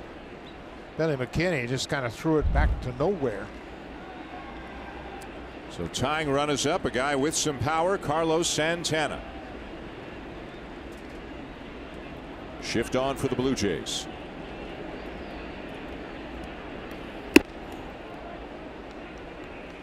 Wasn't it funny that Ramos looks for an off-speed pitch on the first pitch after Cabrera got 3 straight fastballs, and he's able to put it in play. Those catchers are always out thinking people. I don't know about that.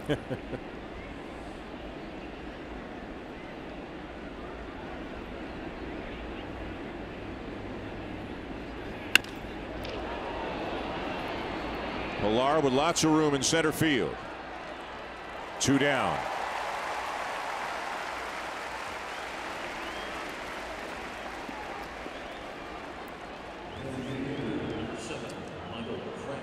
Meanwhile, in the bullpen, it's Tommy Hunter. That's him on the left, bigger fella. And Luis Avilan, who the Phillies just picked up a couple of days ago. Well, you saw Avilan with the White Sox earlier this season. Aaron Loop was their left-hander down in the pen, but he's on the DL right now. So they went out and got another lefty. Here's Michael Franco, 0 for 3.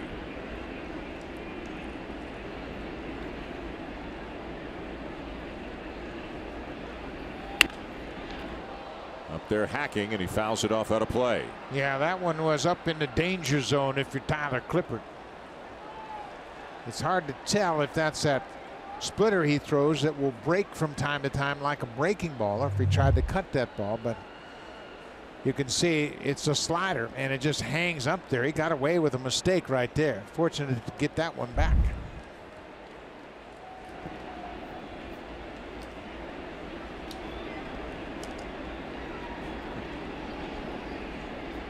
The 0-1.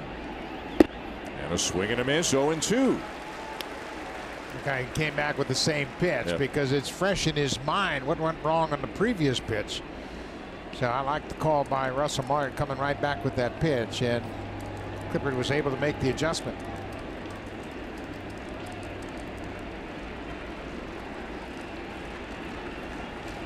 Gonna try it again.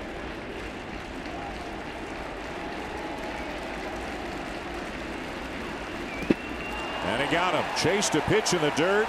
Nice job by Tyler Clippard.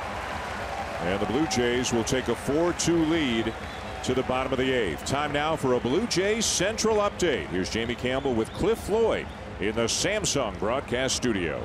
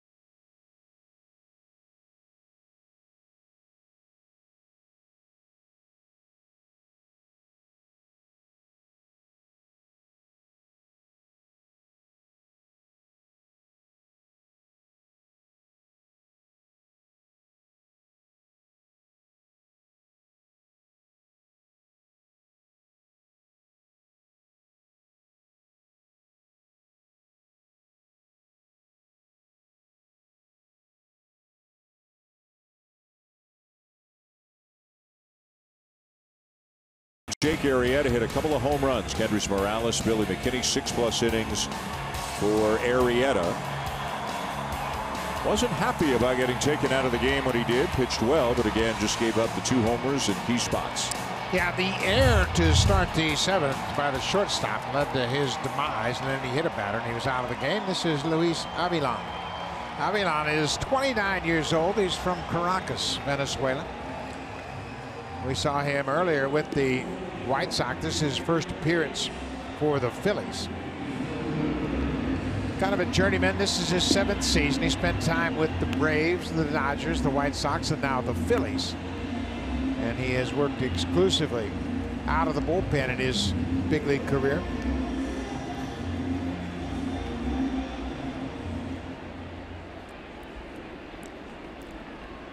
And it'll be Kendrys Morales leading off the bottom of the 8th for the Blue Jays, turning around to bat for the right side against the left-hander Avilan. Morales a homer, a ground out, and a strikeout. Home run number 19 on the season, 5th game in a row that he's gone deep.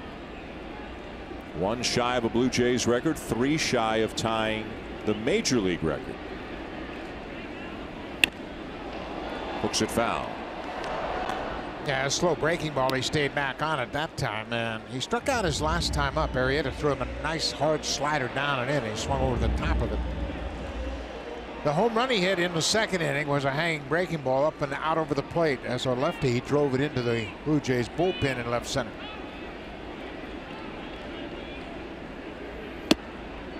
Oh, and 2. That's that turn me over changeup that Avilan throws so well.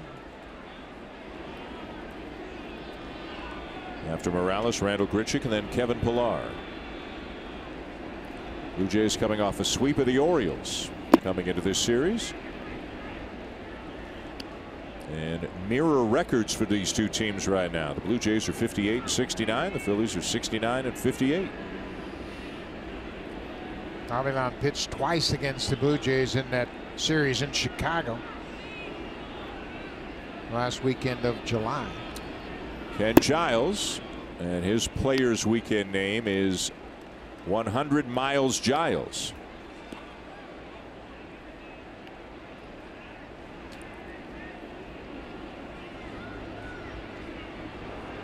If you didn't believe me. And he's loosening up in anticipation of a save situation. Inside at a full count. Look out. I hope we get to see Luke Maile play this weekend. I think he's got one of the cooler nicknames on the team. Lukey Barrels. Lukey Barrels. You got to take your sweatshirt off, Luke, so we can see your name. Come on. Kevin Pillar is getting credit for giving him that nickname back early in the season when he had all those big hits late in innings of close games. Kingery up with a ground ball, and Morales retired one down.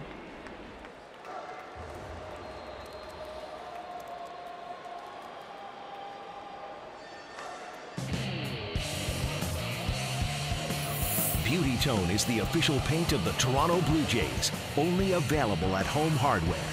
Here's how.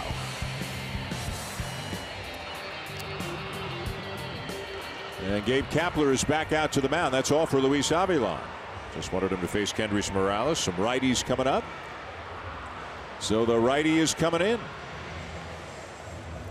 Blue Jays 4, Phillies 2, bottom of the 8th.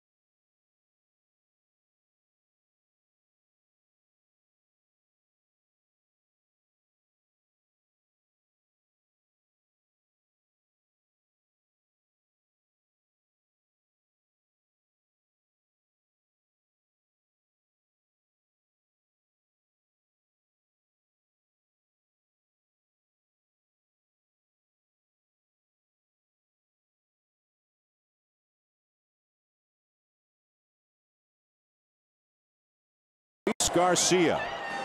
Garcia takes over after Avilan got Morales to ground out.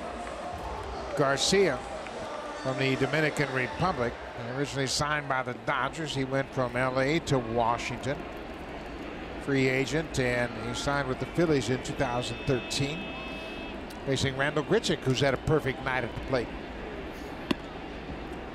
2 singles and a walk for Grichuk tonight. The numbers on to Garcia on the season.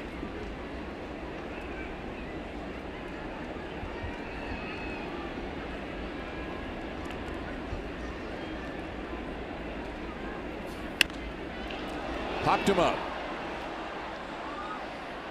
Here comes Cabrera, the third baseman, and he'll make the grab near the mound. 2 down. Popped up right over the infield, and you can see his nickname, Compadre, short for compadre, meaning friend in Spanish. And they've all been creative in the Players' Weekend. Compadre. You come in here tomorrow with a jersey that says tour guide on the back. No, I'll be impressed. I probably won't do that.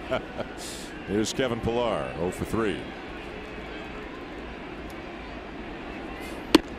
I played in Milwaukee. It had the widest assortment of nicknames I've ever played with. Those guys, Corbin Thomas, Robin Young, Bob McClure, Charlie Moore, Captain Sal Bando.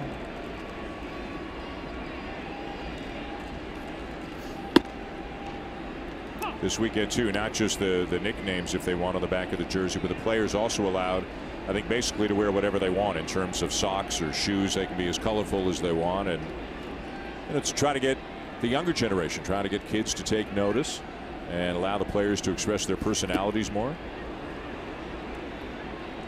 Yeah, I think they all kind of have a standard sock that's baseball themed. Obviously, you see the hitters on there and the players weekend. But as far as shoes, now that's a different story. Everybody can order the favorite shoes they want, kind of design them themselves. Yes, you can put names on there if you want.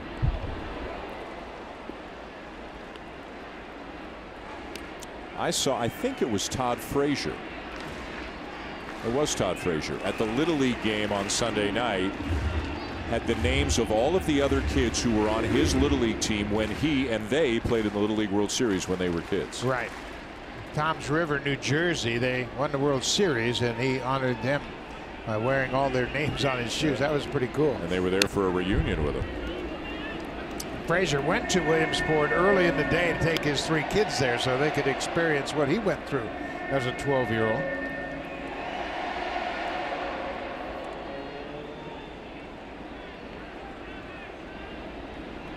Good job of the Canadian team. Won a couple of games there. Beat Mexico in an elimination game before losing to Puerto Rico.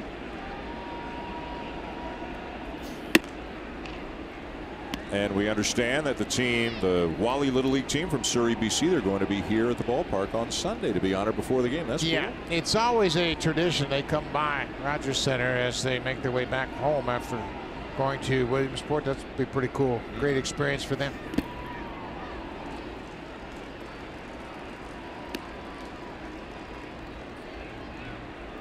Full count on Pilar. 2 down on the bases empty, bottom 8.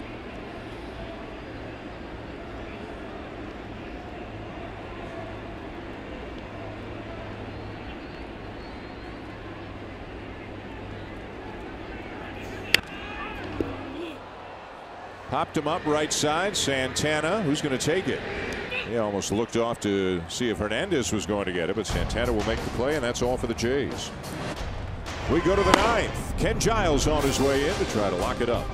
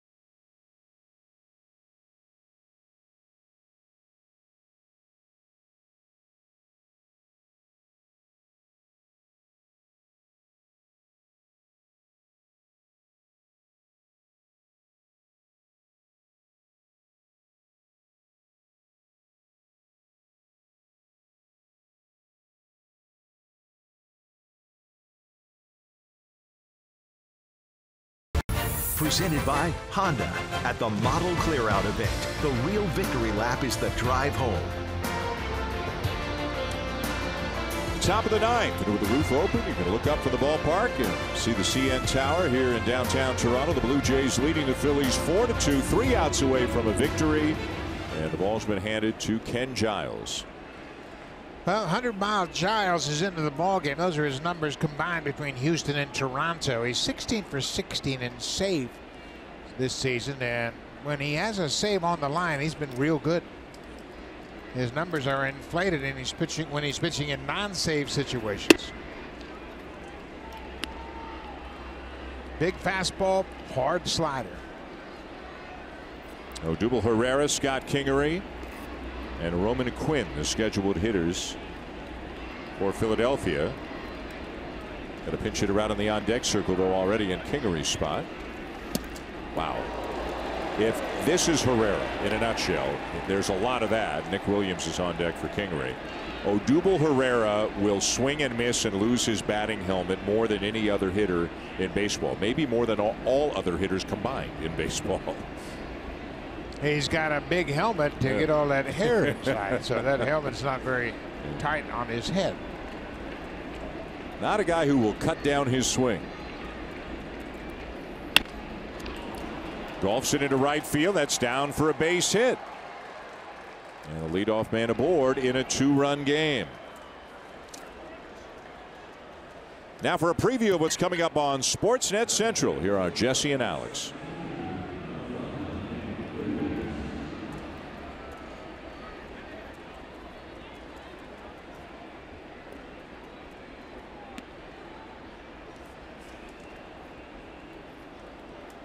Giles.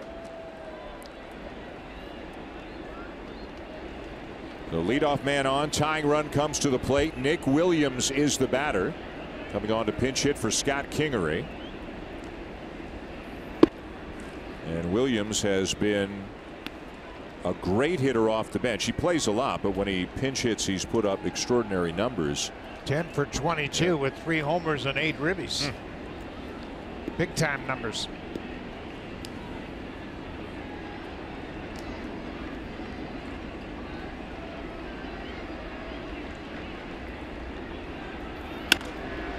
Out of play off to the left, 1-1.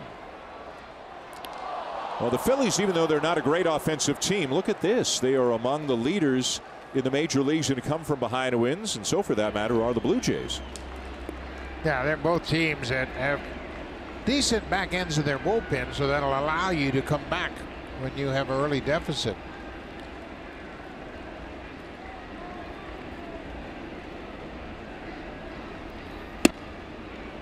At the knees, a called strike, 1-2. Giles with that good fastball really drove that pitch right through the strike zone. And now you can bet he's going to go back to that hard slider. He throws it just like his fastball, but then gets over the top of it, pulls down with that middle finger to get that distinct downward break. Going upstairs. Pretty good job by Williams to get a piece of it. He's got the second highest batting average at .455. He's also tied for first with 3 pinch hit home runs. And he's driven in 8, as we mentioned. Baraki 6 1/3. Tepera got a couple of outs. Clippard worked the 8th, and now Giles here in the 9th.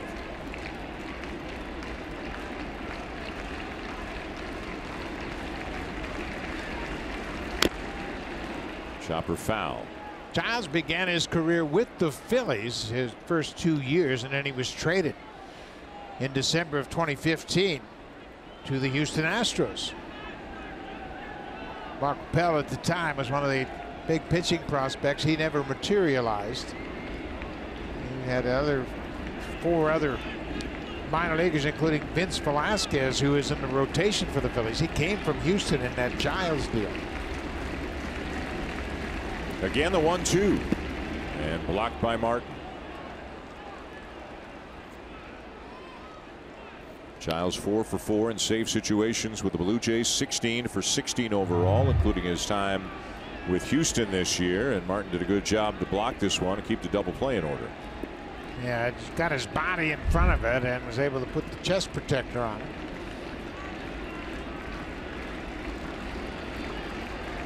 Pretty much straight up on the infield, around to the opposite field in the outfield as Giles misses outside and runs the count full. Number 9 hitter Roman Quinn is on deck.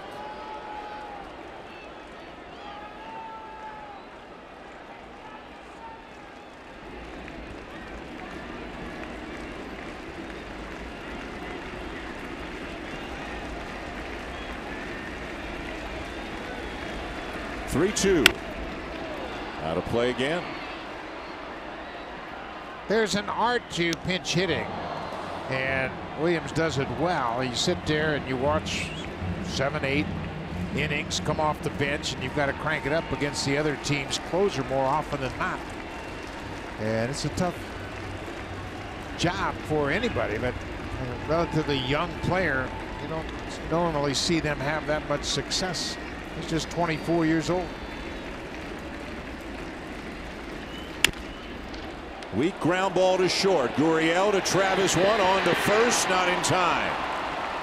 But the fielder's choice will force the lead runner.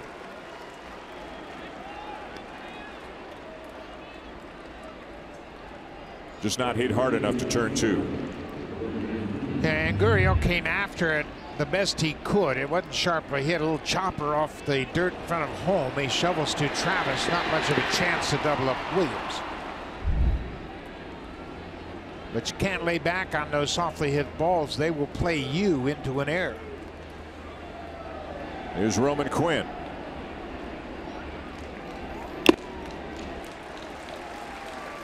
Quinn is 2 for 3 tonight, has stolen a base. 25 years of age, second round pick of the Phillies back in 2011. Not a big guy, as you can see, 5'10", 170, but does have a lot of speed.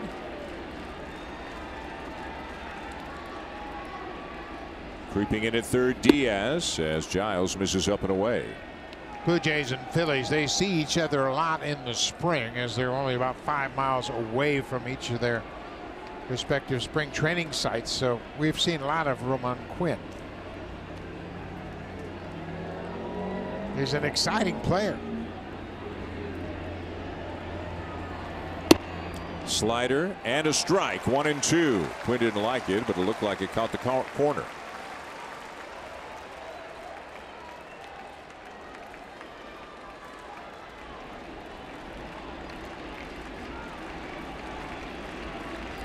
One on, one out, 2-run game. The Blue Jays up here in the 9th inning.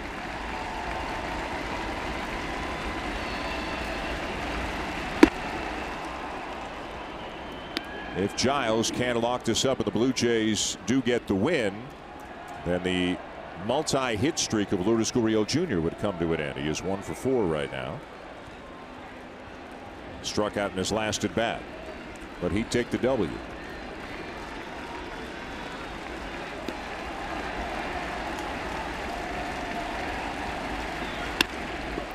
Down the right field line, foul. Got out in front of that, and fortunately for the Blue Jays, he pulled it foul. Looked like a high slider. Giles didn't get down, so Williams will go back to first. He was all the way around second time that ball hit foul.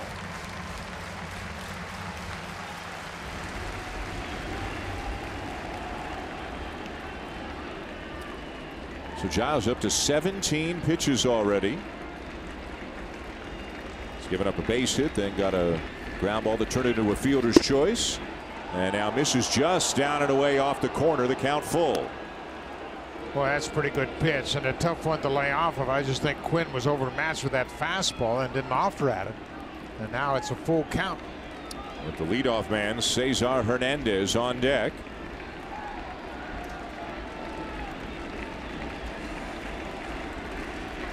Giles really having to work for it here in the 9th inning. 3-2.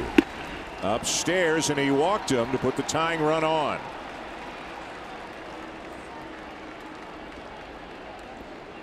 Well, it's a tying run, and both base runners have speed. And that's a real issue here. You hit a ball in the gap now, and there's a chance that both runners could score. Certainly caused the crowd to quiet down. Giles, he's got one out now. Back to the top of the order, and Hernandez has been a tough out all night long. As we mentioned, Giles has not blown a save this year, either with the Astros or the Blue Jays. He's only given up 1 earned run in save situations this year. He's given up 24 in non-save situations. Hernandez has had a good night as he takes a strike. Giles has never had terrific command of his fastball, but boy, if he could ever zero in with that to complement that great slider, it would be lights out.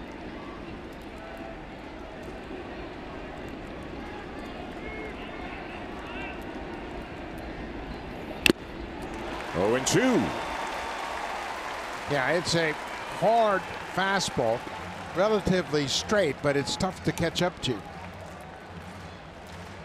The Phillies have been a good comeback team this season. They've actually out-hit the Blue Jays 10-6.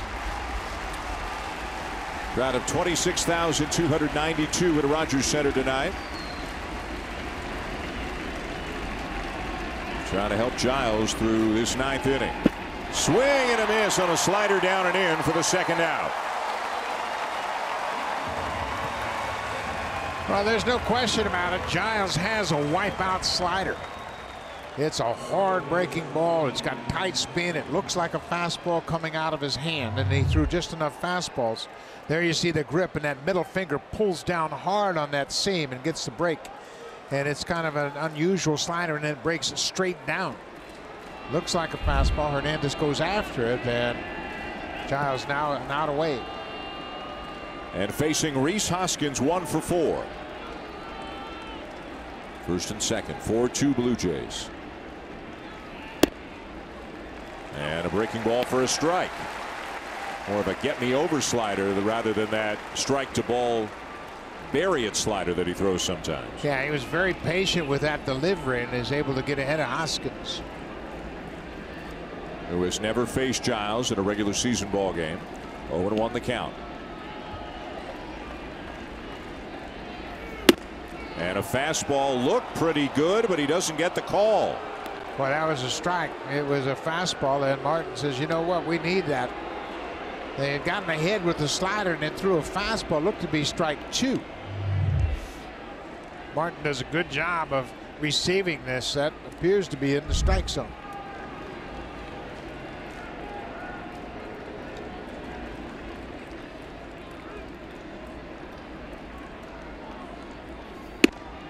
Upstairs, 2 balls and a strike. 2 on, 2 out, 2-run game. 25 pitches thrown by Giles. Coaching staff too nervous to sit.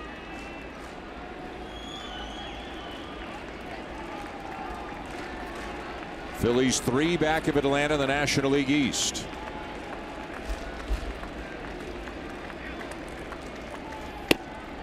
That's outside, 3-1. Atlanta trails Miami down in Florida 1-0 in the bottom of the 8th. Dangerous hitter on deck as Drupal Cabrera, still effective. And it looks like they may get somebody up here. An out away from victory, but it's not coming easily for Ken Giles here in the 9th.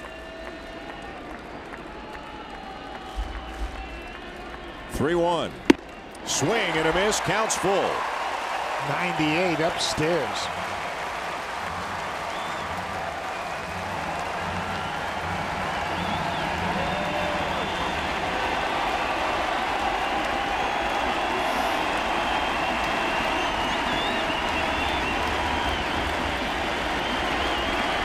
Runners will be on the move on the pitch. Out of play.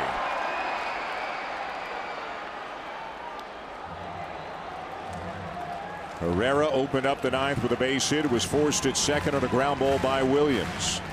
Quinn walked to push Williams to second. Hernandez struck out, and it's a full count on Rhys Hoskins.